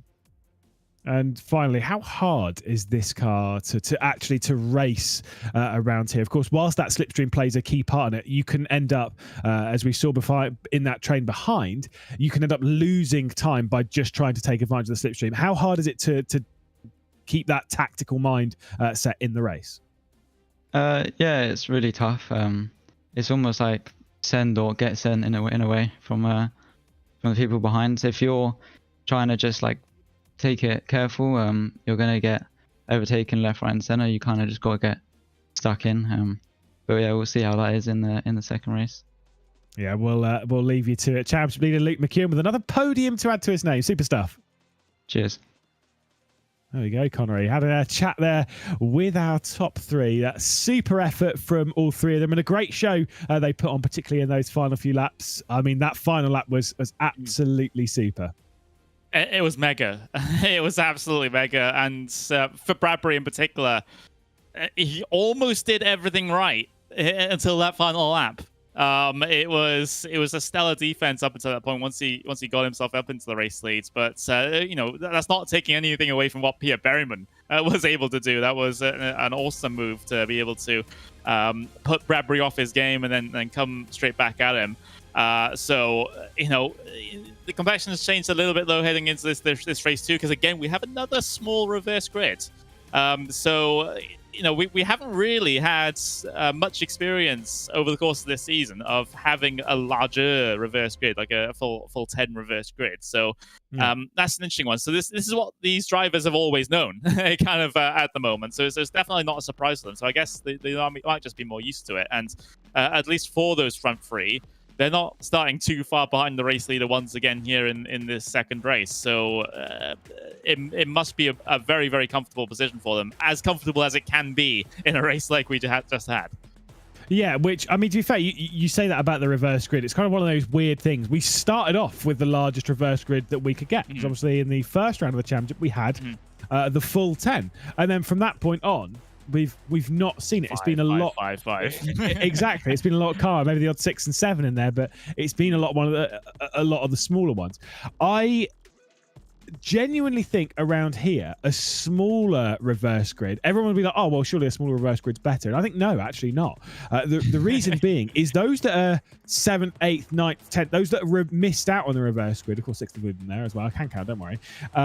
Those that missed out, they'll be more desperate. They'll be more like irritated by the fact of, oh, the reverse grid, of course, it's not going to be my number, is it? And so they're going to be more desperate, more hungry, more focused on moving forward, which that can be a very dangerous prospect from that mid pack. I do fear for some of the drivers starting towards the back there, even those that are outside it, like Jamie Fluke, who of course are looking for the team's championship, same along with Deslandis and Spets, that will be starting in that kind of pack that haven't been reversed. They'll be starting in there and kind of a little bit concerned as to what's actually going to happen in that train ahead. Deslandis actually is reversed into pole, so never mind. Yeah, so the point still remains for those drivers that did narrowly miss out. It potentially might be a very, very chaotic race start. Let's just say that, especially considering if some of them might think the same thing in race 1 might happen in race 2 with a front 3 or front 4 car breakaway. You want to be in it to win it, right? You want to be in that leading pack, no matter what.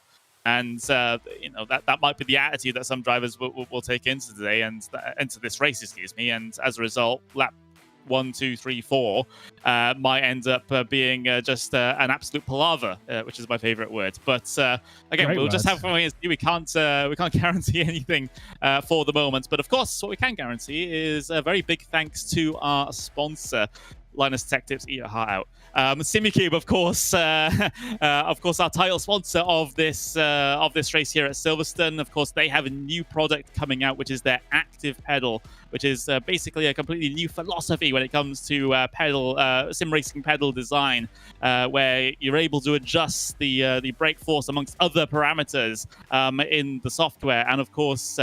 The actual maintenance you need to do to the pedal is very minimal, and of course you do have force feedback coming through there as well. So it's in a way a revolutionary new product. But of course, no release date just yet. You can sign up on the Simucube website to be able to get notification about when the pre-orders open for the new active pedal. But it's fantastic that we've got Simucube support on this particular broadcast. Of course, we have ROKiT as a title sponsor of the entire season. Of course, they do so in the real world as well. Thank you very much for their support. Base Performance as well, getting themselves involved here in the ROKiT British F4 Esports Championship. Same with VRRC, the Virtual Reality Racing Club, and WSR as well, World Sim Racing, who help put together the league stewarding and administration for the ROKiT British F4 Esports Championship. So thanks to them, and definitely without these sponsors, this show, this season would not have happened. But we're not ending just yet. We've got one more race to go here at Silverstone, and I have no idea what's going to happen. You just flip a coin, pick a random number generator, and that's the driver that's going to win this race, it feels like. Yeah, because of the way the breakaway happened in the previous race, I feel that we'll have a breakaway. I don't know how many cars will be in it. It could just be the one, to be honest. In all likelihood, it'll be 3 or 4, as we saw in the previous race. 4 is kind of like actually a good number for a breakaway in this kind of car. 5 or 6 maybe. I genuinely don't think the train will be more than 6. Now that comes down to a little bit of experience in this car, and from what I've seen elsewhere, is that 6 really is kind of like the magic number in this car. More than 6 and the train splits apart into a group of 3 and a group of 4, or group of 5 and a group of 2. You don't tend to have groups of 7, 8, 9, certainly not of 22. You will do for 3 or 4 laps, fair enough, but then outside of that, I genuinely think you'll see sort of 3 or 4 clear off from the front again. So you want to be on the right side of history when it comes out. You want to be in that top 3 when that kind of split potentially happens. We'll have to wait and see on that one though. And like I say, it's the final race of the evening, but it's the third to last race of the championship. We're already most of the way through. We've completed 9 races, 3/4 down, just 3 races left to go for the team's championship. If Munster Rugby Gaming wants to do anything to really fight for it, if Josh Ladd wants to do anything to fight for it, it kind of turns into that now or never mentality, which again can be a little bit risky, can be a little bit spicy, but it can be a little bit exciting. So, I'm all for it.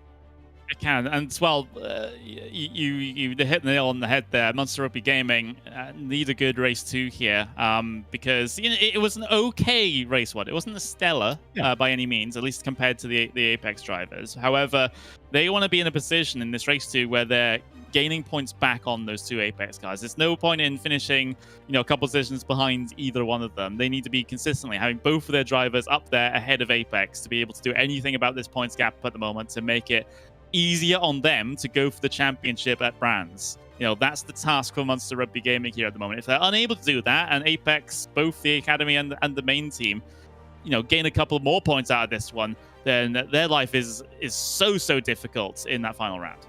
Yeah, and that's kind of the big thing at the moment, is making sure that your life is as easy as possible going into Brands Hatch. Brands Hatch is more of a driver circuit than here, so it can be you making a difference, which I think Apex Racing Team will be more than happy with. But it is a risky track. It is a dangerous track, and it's a track where, of course, last round of the season, everyone wants to make that final last little challenge, and it's where you want a comfortable lead going into it because of that scenario. We'll have to wait and see what happens there. That's obviously going to be in a week's time. It's going to be a fantastic event. I'm a bit sad to obviously not be a part of it, but can't wait for it. Absolutely fantastic. It's going to be epic, and we're not just going to have the last round of the ROKiT British F4 Esports Championship either. We're going to have an all-star cup race for that season finale beforehand as well. That's why we're starting an hour earlier for the final round of the season to make sure we can get an All-Star Cup race in. So some of your favorite streamers, some of your favorite content creators getting themselves out there on circuit in these very same cars that these drivers are competing in now, just to give us a little bit of a showcase before the main proceedings start in the finale. So that is certainly one thing to look forward to. I'm certainly looking forward to it. I'm going to be there. It's going to be absolutely crazy stuff indeed. So it's going to be a day full of action in the ROKiT British F4 Esports Championship for that finale. But we've got one more race to get out of the way with here to make sure we've set the stage in the best way possible for that finale. We're just a minute away from getting ourselves our starting grid for race number 2. And of course, there's going to be a lot of nerves out there now. Like you mentioned, Lewis, there's going to be this tension. There's going to be this sort of internal encouragement to try and press on forwards on the part of some of these drivers. That can be a recipe for disaster, as we've already mentioned, but it's the last round of the penultimate. It's the last race of the penultimate round of the season. You've got to be going for gold. Yeah, you've got to. I mean, this is the thing I've always said when it comes to races on iRacing. If there's one thing where I've got a little bit of like almost like a bugbear, it's more from a personal point of view, when it comes to road course racing, is the fact that you don't get a formation app. And I've always said when it comes to championships and stuff, some people love it, some people hate it, but I think a formation app is so important to breathe, to get into that mentality that you don't really get just sat there on the starting grid. You want to get yourself into the mentality of the race. You want to build yourself up as much as it. Obviously, we had a rolling start, then yeah, absolutely. My point being, if the drivers don't get that warm-up process, they don't get a part of it, you're literally, the first time that you will be driving the car is the race start. Obviously you got warm up and whatnot, but that's not quite the same. That first time in that race session that you'll be driving the car is that race down towards the first corner. And when you've got a championship on the line, when you've got money on the line, I cannot tell you how much harder that is to get yourself into the rhythm, to get yourself into the focus, to kind of see, oh, hang on, the tires are actually here. The temperatures changed this, it's absolutely incredible. Well, with no further ado, let's have a look at the starting grid then for race 2 here at Silverstone. It is Stanley Deslandis getting himself pole position right next to Josh Ladd in second place. Luke McEwen will start in third with Ted Bradbury in fourth. Peter Berryman will start in fifth. And then it's the drivers that missed out on the reverse grid spot. Alex Betts, we got Peo Ev, James Armstrong, Pete Harridan, Ryan Mikulev rounding out the top 10. Jimmy Fluke and Liam McNeely will round out the top 12. Then you've got Ethan Critchley, Bree Widener. We've got Monica Ramos. We've got Deegan Fairclough, Matt Caruana, Dion Gouda rounding out the top 18 cars. And then rounding out our 22-car grid, Carl Chase, Joseph Luke, Ruben Stanislaus, and Ollie Davis here today. Just a few seconds away from getting racing once again down in towards Copse Corner. I'm very thankful you're able to join us for this one. We're about to set the stage for the finale. The engine notes will rise once again here at the home of British Motorsports, and away we go as we get ourselves racing down in towards Copse Corner. It's a good start then from Josh Ladd as he makes it side by side with your pole position sitter on the way down in towards turn number 1, and Josh Ladd has gotten the position done. Gets that Munster Rugby gaming car up into the race lead. A bit of a weaving across the circuit as well, as Deslandis will now have to deal with his teammate Luke McEwen. As, oh no, a little bit of a lock up there from Josh Ladd, and Deslandis has stuck it back underneath. Yeah, I mean, I will say Bradbury had a terrible start off the grid. There's a bit of smoke in the background, and someone's gone for a bit of a spin in the rear end. But it is going to be Josh Ladd taking over the race lead once again from Deslandis. Needs to do something here, but of course the teammate of the championship leader is not going to give that one up at all. Berryman holding the inside line, outside. They're 2x2, bit of contact between the two Apex Racing team cars. I think McEwen's been pushed out wide. Oh, and diving down onto the pit lane goes James Armstrong. So must be a jump start potentially to come down on towards the pit lane that early, but it's side by side between the race leaders though. Josh Ladd on the inside of Copse Corner. Deslandis being hung out to dry a little bit, especially given Pierre Berryman in the sister car has just stuck it down his inside, so just makes his life a little bit more complicated into Maggots and Beckett's once again for the second time in this race 2.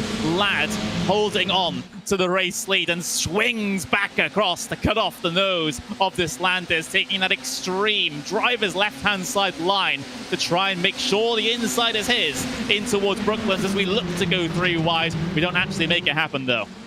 Yeah, up and under. Everyone's trying to make something stick here. Of course, Spets is trying to make it onto Rugby Gaming 1-2. He's around the outside of this Landers. Might get squeezed off a little bit on the exit of left field as we head onto the start-finish straight once again. Right out wide, that'll be McAuliffe in the number 71, just squeezing his way around the outside. Pev, by the way, is doing an absolutely storming job. Up in a 5th spot at the moment for Fordzilla. Just on the rear end of this train, and that 77, you can see just behind Spets. He's absolutely focused on doing one thing and one thing only here, and that is taking victory for Fordzilla.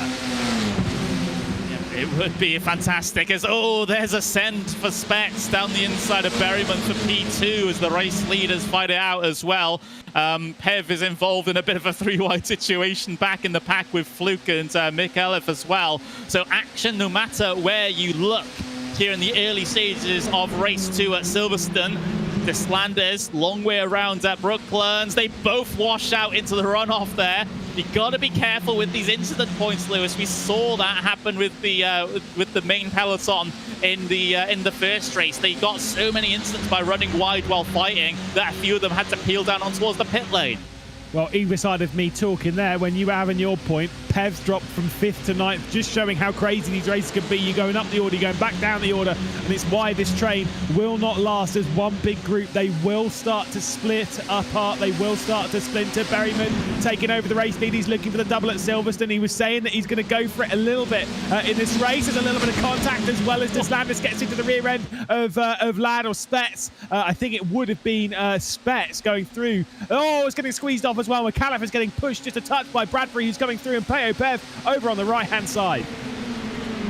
3 wide into Brooklands with Bradbury in the middle very briefly. He's going to wash out here again, going to pick up another incident point for doing that. And, well, if you get 15 of them over the course of this race, you'll have to bring it down on towards the pit lane. Someone's got bullied out way wide there. That was this Landis on the outside of Spets there, coming off of Luffields, and this Landis is not going to be very happy about that situation. Loses him a whole bunch of spots as he's now having to deal with Fairclough down his inside at Cop's Corner.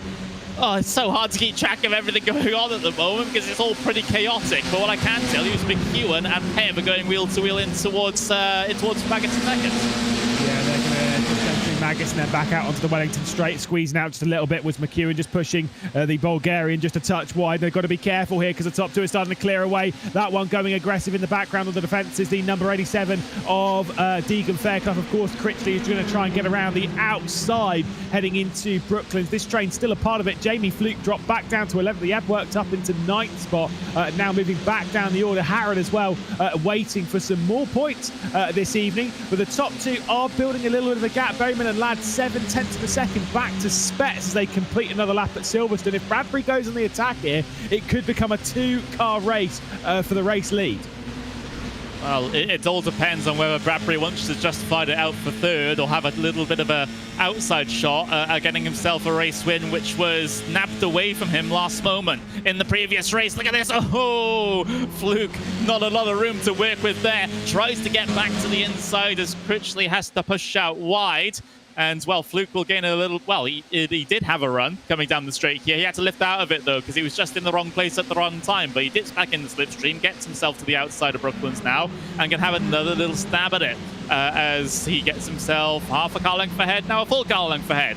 So great move there from Jamie Fluke to get disposed of Critchley there and continue to try and press on forward and not lose this main battle pack.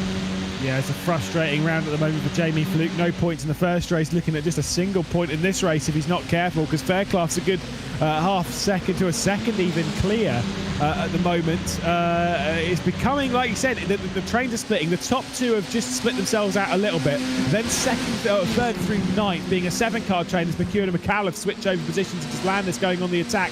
Peyo Pev and spinning out Peyo Pev. Never mind, we'll lose a couple from this train as those two get sent down the order for the Apex Racing Academy. That is a disaster. It is absolute disaster for the Apex Academy team. They can't have afforded to have something like that happen, no matter whose fault it was. And of course, the stewards will decide it afterwards. That was still a situation that Apex Racing Academy didn't need here at this late stage of the season, especially given you have Monster Rugby Gaming P2, P4 here at the moment as we watch a replay. Deslander sends it to the inside. Pev might have squeezed over a little bit. It's hard to see from that angle. And like you say, to be quite honest, it doesn't necessarily matter too much who's at fault. All it matters is that the Apex Racing Academy are in a bad spot because of where Munster Rugby Gaming are. Let's take a look from above. As you can see down the inside, but he's really not there. I've got to say, Deslandis is just not there. And Pev's trying to keep up with the slipstream. Maybe you could say Pev squeezed. Maybe you could say Deslandis just wasn't there. That is something for race control. All we know is that those two are going to be jettisoned from the points right down the order.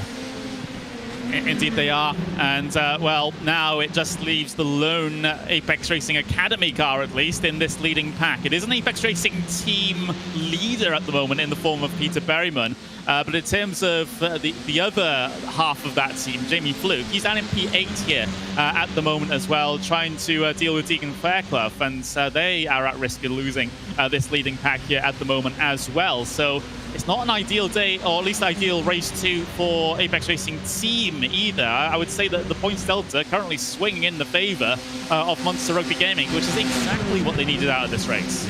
Yeah, they needed a good one. They needed a good one in this final. Bit of a lock up there in the background from McAuliffe, who's going to drop a little bit of time to McEwen, who's trying to attack Spets. By the way, what was the magic number that I said before this race?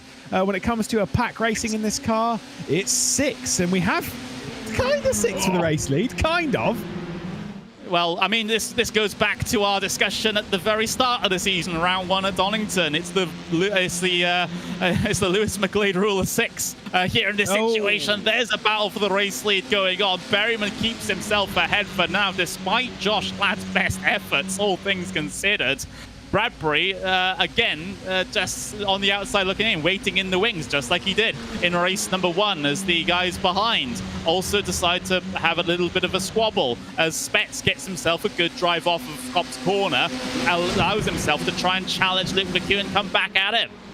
It's gone from a group of 6 to 2 groups of 3 because McEwen's under a lot of pressure from Specs, who of course is the teammate of Josh Ladd, trying to separate the 2 groups, trying to guarantee McEwen not scoring as many points again for the team's title as well. It's great if he can make this one work, but it puts a lot of pressure on the shoulders if you're really focusing on grabbing points from one of the drivers. It really has to come from Ladd. He really needs to win this race, but Berryman obviously took a race victory in the previous race. Bradbury's hungry because he lost it on that final lap. He's sat in 3rd position at the moment with 20 minutes left to go. Of course, there's not going to be anything too crazy at the moment, but knowing how good Bradbury was at not attacking it, being patient at the previous race, Josh Ladd will be in the same boat. I think these 3 could genuinely become the top 3 for the win, but Ladd is going for it.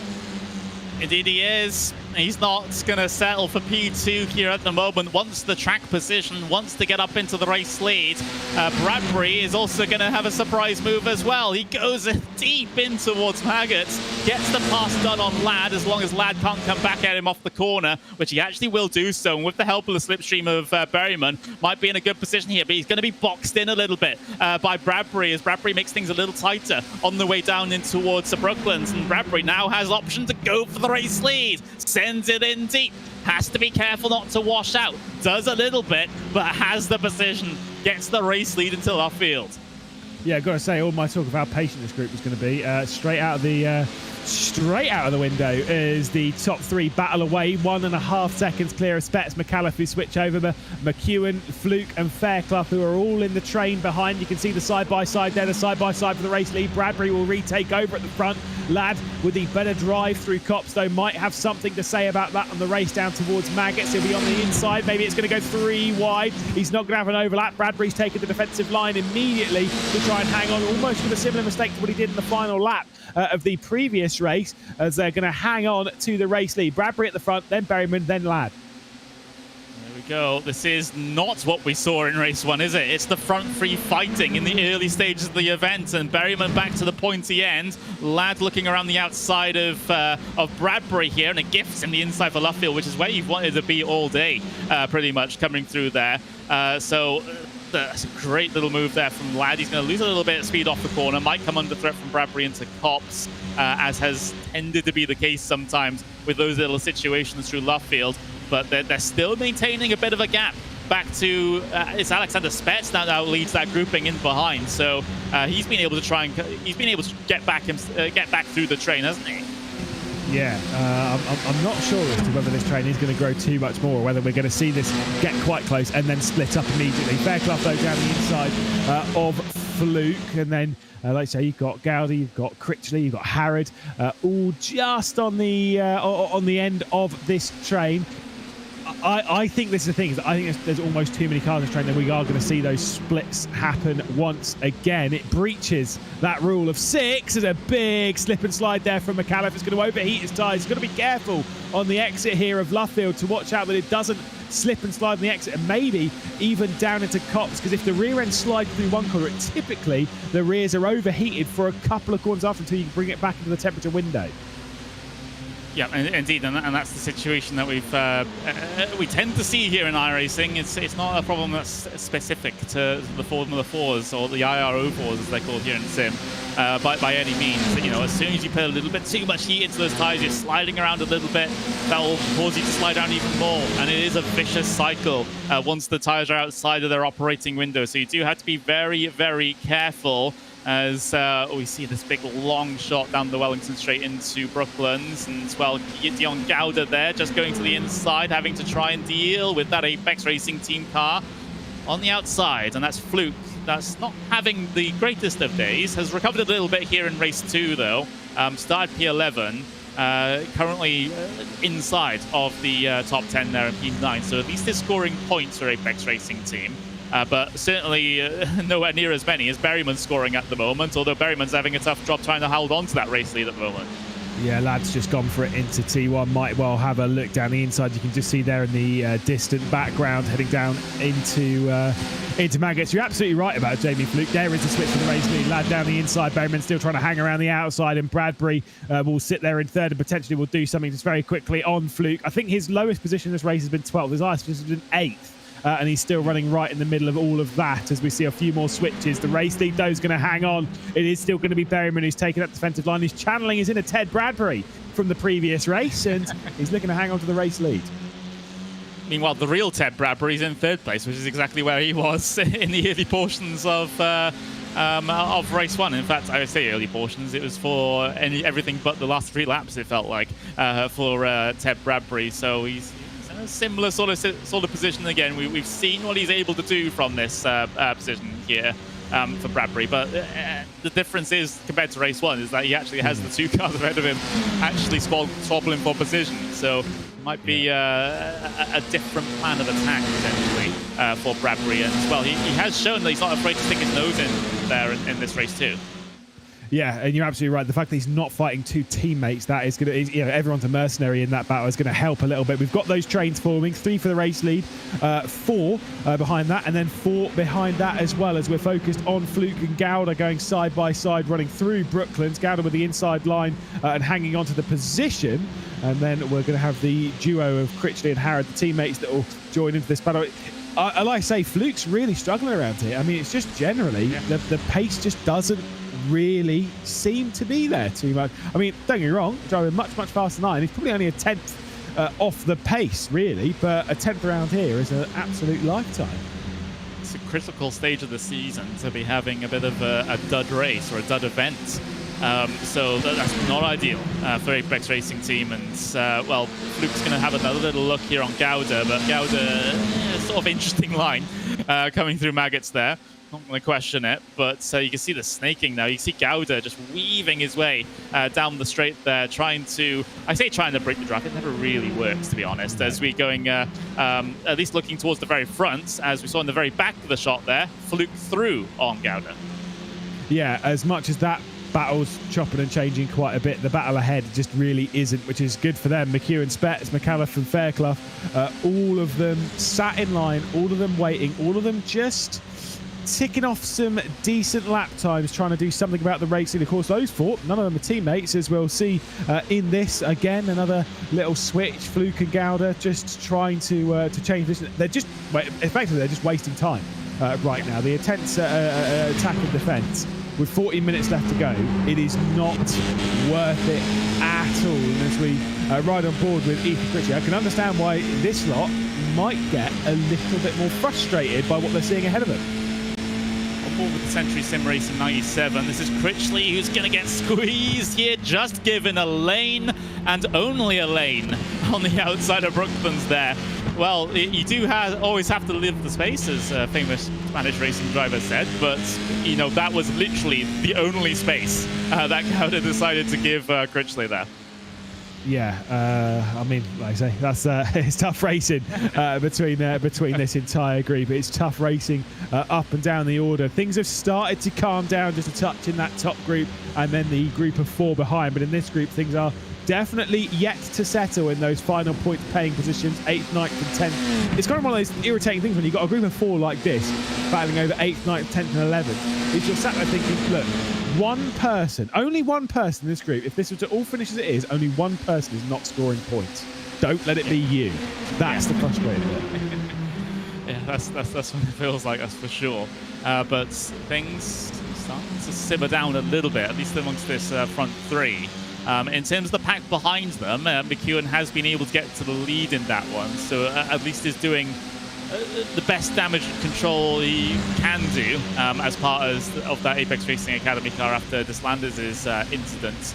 And of course, Deslanders actually counting as a retirement from this race. He's 9 laps down and not going to come out of the pit lane anytime soon, it seems. So it seems like that McEwen will be the potentially only point scorer from the Apex Racing Academy here, which will not help one slightly in terms of damage. They were leading the points coming into the day, remember? Yeah, definitely not going to be afterwards, you know, consider it. But then, I mean, even look at the previous race, because of course, as much as we'll talk about the victory of Berryman, I mean, let's be honest, McEwen was in 3rd, and then his teammate Deslanders obviously was in 5th. Meanwhile, Jamie Fluke wasn't scoring any points. It was decent points all, but that was because it being 15 and 10 for those positions, it's the same points all between the teams. So right now, as of this race, the Apex Racing Academy is still the points leader.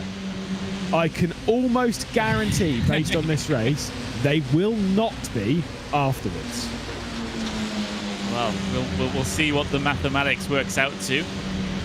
It's just potentially going to be a matter of how far behind are they compared to both their main team and, of course, the Munster Rugby Gaming here as well.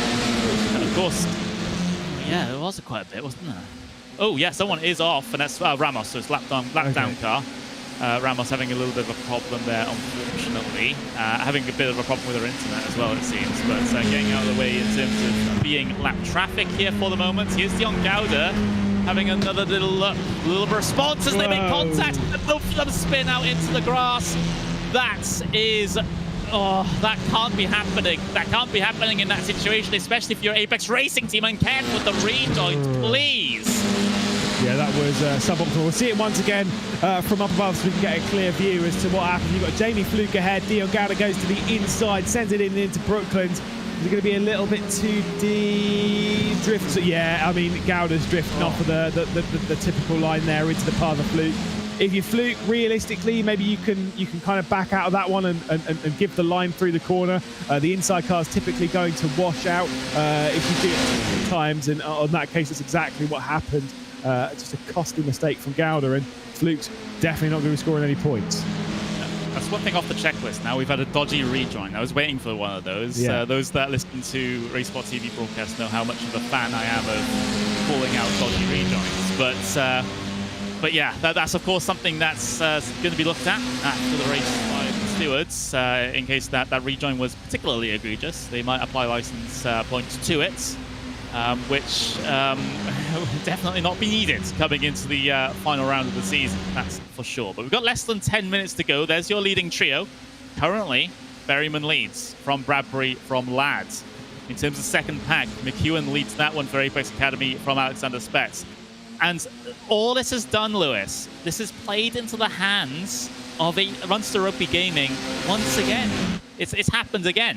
We had an incident with an Apex Racing Academy car with Deslanders early on in the race. Now we've had an incident with Jamie Fluke as part of the main Apex team. These are just falling in the lap of Munster Rugby Gaming. Yeah, like I say, it's been an impressive run of consistency in this race from the Munster Rugby Game. Like I say, they're just kind of putting themselves out of trouble, putting themselves in position whilst everyone's kind of exploding a little bit around them. I still think they're a little bit too far behind when it comes to the points, and they didn't make enough of the previous race, but still they're trying to make enough of this one. They're trying to do what they need to do. If Lad can take the victory here, that will be very, very big, especially if Specs can get past McEwen and into fourth. This could be a big race for the Munster Rugby Gaming team heading into that season finale. Whether they'll be leading or not, they just want to throw themselves into the challenge. That's the important bit right now. They want to be in the hunt. They want to be in the title race. That's where they are focused right now, whilst Bowman hangs the race lead from Bradbury and Ladd. They're fighting in this group's definitely calmed itself down, but we do know, with 5 minutes left to go, it'll get turned back up to 11. Bradbury's going to be hungry to not make a repeat of what he did in the previous race. He doesn't want to set off a second twice in a row. Yeah, indeed. But less than 8 minutes. Berryman, Bradbury, Ladd, leading trio. Here's the onboards with. He's very. Now you say it, that is incredibly reclined. I mean, they are quite reclined in Formula cars, aren't they? Especially in F1, they're basically laying down. But I've never seen a sim rig where you're basically laying down. All the way, yeah. I mean, I'd say it's probably not too dissimilar to what you'd be in the actual car. Although I feel if I were driving like that for too long, especially in endurance racing, I'd go to sleep. So good on you. Good on you for giving that a go. Like I say, it doesn't seem completely inaccurate. You don't see too many sim rigs that go that far back. When I was doing the ROKiT Racing Star Formula 4 Esports competition UK in Bolton earlier on in the year in May, we had the the proper sim rigs that were actually basically in an open wheel car, and you jump in. I'd say that the rig's probably not far off being reclined like that, and it's a bizarre experience to kind of sit in a car and still trying to focus when you're in a position which is completely unnatural. When it does become natural, you're just kind of like one with the car. Yeah, it's interesting. I've seen some weird sim rig setups in my own commentating, let's just say that. But, that one's probably unorthodox, yes, but weird, no, because, of course, it's reflecting something that happens in the real world. But I've seen drivers with wheels, like, almost at their eye line and higher, and similarly so in the opposite direction, especially with some of the eNASCAR Coca-Cola Cup Series drivers. Some of them are just in the most weird seat positions ever. But yeah, I mean, I guess whatever floats their boat, right? If it makes them quick and they feel comfortable with it, then that's fine. It's just not orthodox. Yeah, exactly. Yeah, that slight difference that most people will be like, wait, hang on a second, I can't keep up with that. Whereas when you've done it enough, it's fine. There was a driver in this series that had the steering wheel really high, or at least had his seat really low. Oh, I can't remember who it was. Was it Slanders? I'm not sure. Maybe we need to spy on people more. That's what we're saying here in the commentary. Bring up the zoom. Yeah, exactly. Let's ignore this race. So yeah, this is all great, but this is the whole thing in the IMSA Esports Global Challenge, that World Championship that we just did recently, ended last week. There was one guy in it who had a lot of office chairs, and every time we brought him up, he was like, "Where's all the office chairs? Where's all the office chairs?" Big Sean Campbell, of course. In that, it is kind of one of those things. I feel bad as a commentator, is that sometimes we just literally just spy on people for a bit when they're mid-race, when the absolute height of focus, where you could, I can't even describe the amount of things that can happen around or behind. But you're so focused on the race that none of that matters. As Feck off with a big send. Whoa. That was a big statement. He's got to be careful that he's not overcooked it, though, because McKelliff can now come back at him, coming off the corner, and maybe have a response into Brooklands. But he's losing ground now as they head their way down into the braking zone. And Becker just swings in ahead and makes sure that position is kept on lockdown. And, a little bit of a oversteer moment there from McKelliff. It's not going to help the situation whatsoever. This might be, I'm touching wood at the moment, but that's might be fatiguing Fairclough. One of the first times he's actually got himself to the checker flag in a race, in a good position. Oh, you can't believe you said that.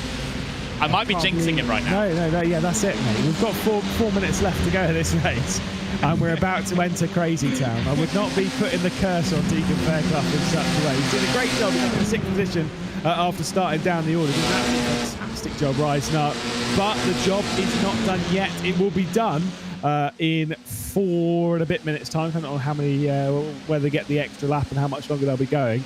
I think we'll be probably having 4 laps left to go after this one. So there's still quite a lot of work to be done. Indeed, and I have to wonder for some of these drivers what the instant point situation is looking like, because we did have a couple of drivers in race 1 have to hop their way down on towards pit lane because of infringing the instant limit, which is set to 15 for each of the 2 races here today. We haven't seen anyone come down in for an instant point related problem in this race. We saw a potential jump start, so a driver had to come down in, but we haven't had an instant point infringement just yet. I don't think, at least from major positions. But still 3 minutes left, still some time to have that happen, especially if these guys start fighting once again, because it's been pretty calm over the last couple of laps, except for that send that we saw from Fairclough. But in these last couple of laps, potentially just as chaotic as they were in race 1. Yes, indeed. I think we're going to be turning this one back up to 11. You can see a little bit of damage on the front end of Spet's car. Won't be affecting too much when it comes down to that straight line speed. It's a group of 3 for the race leader, group of 4 for those behind. Final points paying positions going the way of Critchley, Harrod and Davies at the moment. But Caruana is there, and we've seen some great speed from Caruana. Unfortunately, Fluke's not going to be a part of that train, as here comes a look to the inside. Spets is going to send one down the inside of McEwen. He's desperate to take over 4th position, and if his teammate Ladd can take over the race lead in the final couple of minutes, this could be looking very good for Munster Rugby Gaming. But in this train, here comes Fairclough. Oh, Fairclough sends it in. Spet's able to avoid it, and he comes back underneath them, gets himself ahead as it's 3 wide down the Wellington Straight, as now McCullough has gotten himself involved in this one. McEwen, he's got to be so careful here. He's the only Apex Racing Academy car left in this race. He can't afford to have an incident and lose yet more points for the team in the championship. So he does back out of that situation. Possibly the wisest move he could have done there. Yeah, exactly. You got to play, even with a couple of laps left to go, you still sometimes got to play the long game. We're on the penultimate lap. Ladd takes over from Berryman, then 2nd position. The switch over. Bradbury's clearing away half a second at the moment. Bradbury's looking for his victory. He's got a decent gap, but that'll certainly come down courtesy of the slipstream. Here we go, as it's going to be, again, another titanic battle inside your podium positions here. We've got so many places to look at on circuit in these last couple of laps. You can see them now heading their way down the Wellington Straight. Josh Ladd trying to follow through in the slipstream of Bradbury. Berryman trying to do the same to him as they head their way on the brakes in towards Brooklands. Still no changes of position here, apart from, of course, Bradbury getting himself up into the race lead. He started 4th place, remember, 2nd row on the starting grid in our reverse grid event here today. But as we drive to the line now, it's going to be 1 more lap to go. It's another trio for the race lead, just like in race number 1. But which configuration, which order will they come across the line in? There's a big defense in that secondary pack as well, as Spets is trying to hold on to a good finish for Monster Rugby Gaming. But we've got eyes at the front here. What's going to happen? Bradbury's gap, Bradbury's advantage has been swallowed up by Josh Ladd, and Ladd gets himself a good drive and a good run coming out of the corner. He might be able to make this happen on the brakes in towards Brooklands. Bradbury having to go defensive on that inside, but if Ladd can hang it around the outside here, he'll get himself the inside for Luffield. Not going to be successful in that instance. On the brakes into Luffield then, as they head their way through the final major corner of this racetrack, and charging up towards Woodcote once again. Bradbury, he was on for a race win in race 1. It didn't happen for him, but now in race 2, it is Bradbury's. It is YRDA Ardens as they come across the line to take the race win here in race 2. Josh Ladd 2nd place. Peter Berryman, P3. In terms of those positions further behind, Alexander Spets does hold on for a P4 for an ideal race 2 for Munster Rugby Gaming. Deegan Fairclough comes home P5 as well. But you can see how happy Bradbury is about that situation, about that race win. Oh, that was hard fought. Yeah, it really was. I mean, great drive from Bradbury. Ladd and Berryman behind. Like you say, I think I can't remember if it is, but I believe it is so. It ends the streak of consecutive race wins that Apex has had. Of course, it didn't win the first race of the championship, and then won of the season, race 2 through race 9. across all 4 of the drivers they've got in here. That streak is officially over heading into the final race of the season, as Ted Bradbury he said what he did exactly what he said in his interview. He was coming here to do one thing, and that was take a victory, well, a second, and then a win. Yeah, and important points there for YRDA Arden as well. It doubles. Well, they had 25 points coming into this one. They've scored 25 from that race alone for Ted Bradbury. So that's a good effort from those guys. We've got Josh Ladd P2 for Munster Rugby Gaming, Pete Berryman P3 with Alex Betts P4 for Munster Rugby Gaming. So that makes things a little bit tighter now between your top 3 teams coming into the final round of the season. Deegan Fairclough finally getting himself a representative finish, shall we say, for him in P5, with Luke McEwen in P6. Ryan McAuliffe in P7 with Ethan Critchley P8. Pete Harrod in P9 with Ollie Davis rounding out the top 10 and the final points paying position. Double points finish for YRDA Arden as well. We've got Matt Caruana P11, Jamie Fluke in P12, outside the points for Apex Racing Team. Not the situation they would have hoped for coming into race 2, that's for sure. Bree Widener in P13 with Dion Gouda in P14. Ruben Stanislaus P15 with Monica Bolton Ramos in P16. Carl Chase P17, so still no points on the board for Mensa Racing here in the penultimate round of the season. So they're going to be looking to try and do that at the finale, which is no small feat whatsoever. Stanley Deslandis there with an early instant as one of our retirements in P18 for Apex Racing Academy, making it a race 2 to forget for not only Apex Academy, but the Apex Racing team as well. Joe Siglo, P19, with Theo Pev rounding out the top 20. And those drivers that finished, well, classified at the bottom of the order, James Armstrong and Liam McNeely. So after another chaotic race here at Silverstone for the Simucube round number 5 of the ROKiT British F4 Esports Championship, we have to take another little breather here, I get the feeling, because again, it was another chaotic race finish. Bradbury getting himself the race win, and it was almost lost in very similar fashion to what we saw in race 1 as well. But this time around, it's like he had a flashback in one of the F1 games. He actually was able to do it this time around and get the W. Yeah, super round. I mean, Berryman and Bradbury both matched on points out of this with a second and a first. I mean, it's been a super effort and consistency. They were, it wasn't. No, because it's Ladd that finished in second. I'll count that one immediately. Ted Bradbury would effectively win the round. But a second and a first with Bradbury either way.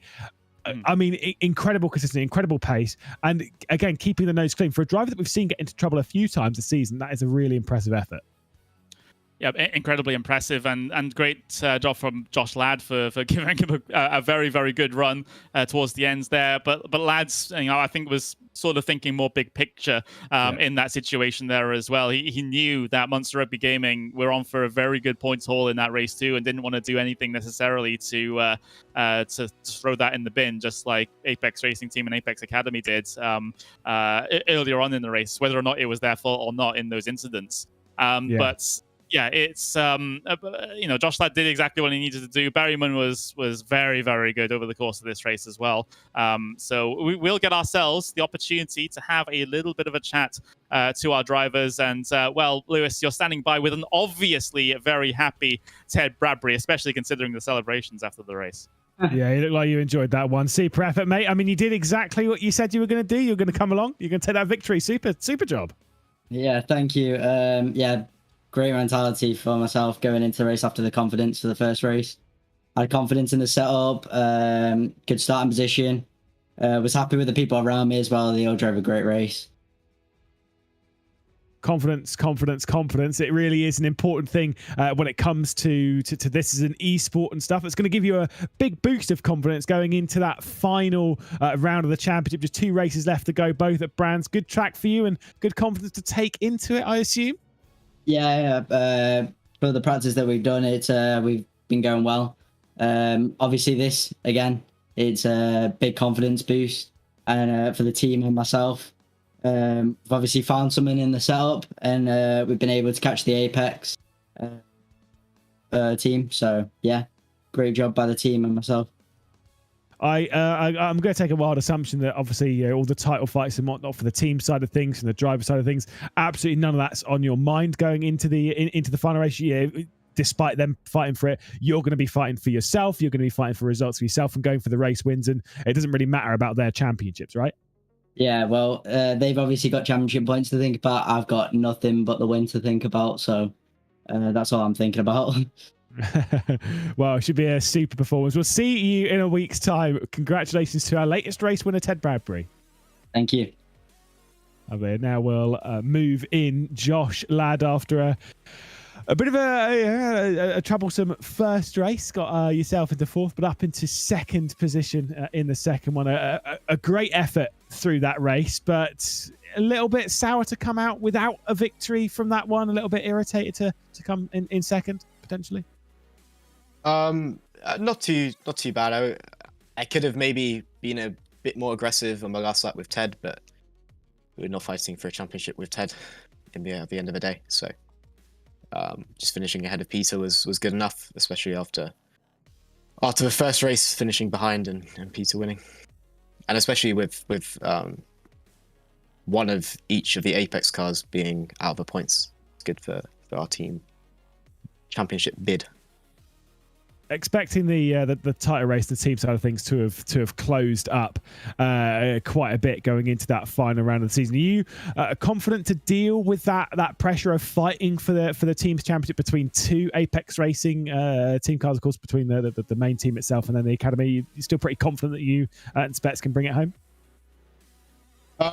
Yeah, I mean, Brands Hatch is less of an oval like this track, so yeah, we knew coming in to this track that fighting in a 2v4, anything above fifth would be good, because yeah, it should have been reasonably easy for Apex to lock down the 1, 2, 3, 4, honestly. So yeah, we did the best we could, me and Alex.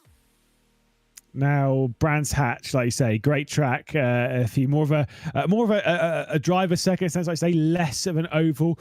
What are we kind of expecting from around there? Is it going to be as close and chaotic as some of this racing, or is it going to be a bit calmer, a bit more like Alton Park even? I think it'd probably be more similar to Donington, though now we've all adapted more to the car. Improve the setups and stuff, so maybe a bit more spread out than Donington, and also with the championship, there might be some all or nothing moves from some guys. Well, we'll have to wait and see. Congratulations on another well-deserved podium, or maybe we'll be speaking to you in a week's time. Cheers, Josh. Cheers, thanks. Our final interview of the day will go the way of the race one winner. Of course, it's Peter Berryman back in the booth. I mean, that race, again, a little bit chaotic, but it was another 3-car breakaway. Were you a bit calm and relaxed in that one, or was it still a lot of pressure on your shoulders? Sort of similar to the first race, I think. At the start of the race, I was a bit worried. There was sort of 4 or 5 cars still connected, and then once it sort of broke into 3 cars, it settled down a bit. So I kind of knew it would be a similar story to the previous race. Unfortunately, a bit of a different ending. Sort of really got myself to blame for that. Tried to set up a good run in the last corner, and front wing just touched the rear of Ted. So that pushed the car around the corner and gave me a big snap of oversteer. And after that, my tires were pretty much the temperature of the sun. So tried everything I could, but third's not too bad, starting 5th. I think we've got the big question in the commentary booth, which would be more directed towards your teammate in Jamie Flute, which is he ill? Because we've had this thing where, for whatever reason through these rounds, he's been ill for the ones that he's done really, really well at, and then when he's kind of been healthy, he's not been quite as fast. Is he ill this round, or is he feeling pretty healthy and fit? Maybe half and half. Okay. Maybe that's the problem. Okay. I don't think he's back to full health, but yeah, I think a few of us weren't feeling too great the last week or so, but. Yeah, I guess that sort of takes it kind of leaves a bit of a bad taste for me, because it's the team championship really that matters. So it's not just about the results that I have. So a bit unfortunate for the other guys in the teams there that didn't really have the best of nights. So need to back to the drawing board, I guess, and full focus for Brands. Expecting it to be a tight little fight between the pair of the Apex Racing 2 cars and, of course, the Munster Rugby game. It's going to be very, very tight going into there. But with it being more of as we were just chatting there with Josh, more of a predictable circuit in the sense of it's going to race more like a standard track in these kind of cars. The slipstream's not going to be quite as king as it is around the Silverstone National Circuit we just run. Surely that's a bit more of a comforting thought going into a round like that, where it is more about what you do in the car and not about what the pack does. Yeah, I think given the nature of the corners, maybe Dirty Air will be a little bit more of play, but I still think because the corners leading on to a lot of the straights here are quite decent minimum speed, so I think there'll be a lot of fighting into T1, for example. So for sure, maybe not as crazy here at Silverstone, but yeah, I expect it to be pretty close racing at Brands as well. Well, it's been a successful attempt for you here at Silverstone, so we'll let you go, Peter. Super effort with a win and then another podium. Thanks, guys. And back to you, Connery, again, a little chat with our podium finishers. Another well-deserved group of podium finishers. Another top 3 breakaway as well when it comes to that race. Interesting. Oh, I think he's left his microphone muted. That's a me move, that is. That is an absolute classic. I've done that one. I've done that one. Yeah, I haven't done it in what feels like a year. So that's yeah, that was a long time coming. It was due. But anyway, yeah, you are absolutely right though. We've had some fantastic races here today, and we had a great action, and hopefully that is something that's going to be repeated as we head into our final event of the season. We head to the Brands Hatch Grand Prix at the end of the season, and that's going to be a fantastic venue for us to try and settle this championship, that's for sure. And I mean, well, it's quite common for British Motorsports Championships to finish at Brands Hatch, and this one's going to be no different, Lewis. Yeah, absolutely. West Kingsdown, Kent. It's a tricky track. It's one of my favourites, though. Love it. Going through turn 1 at Paddock Hill, up towards Druids, Graham Hill afterwards, all the corners around the back stretch at Hawthorns and whatnot. It's such a tricky little track, but like we said, Dirty Air is going to play a key factor. Slipstream's going to be on the mind, as well as a tight championship. What we're being told is that the championship between the top 3, the Apex Racing team of 244 points, Munster Rugby Gaming just 3 behind with 241, and then the Apex Racing Academy just 2 behind that with 239, meaning the top 3 teams separated by just 5 points. It's going to be a barnstorming final. That is incredible. Very, very tight margins heading into our finale. With that, here on this particular round of the ROKiT British F4 Esports Championship, we will have to bring it to a close, but not without thanking our sponsors. Thank you very much to Motorsport UK for all the organisation behind the scenes they do for this championship, and of course their hand in the real life side of things as well. Thank you to our partners ROKiT, who are the title sponsors of the entire season. Simucube for the sponsorship of this race with their new active pedal product coming out very, very soon. Base Performance Simulators as well. Thank you very much to them. Same with VRRC, the Virtual Reality Racing Club, and of course the World Sim Racing for providing the stewarding of the championship as well. But from here at the home of British Motorsports at Silverstone, we have to say goodbye, but don't worry. It's going to be another week's time before we get ourselves our finale at Brands Hatch. You don't want to miss it.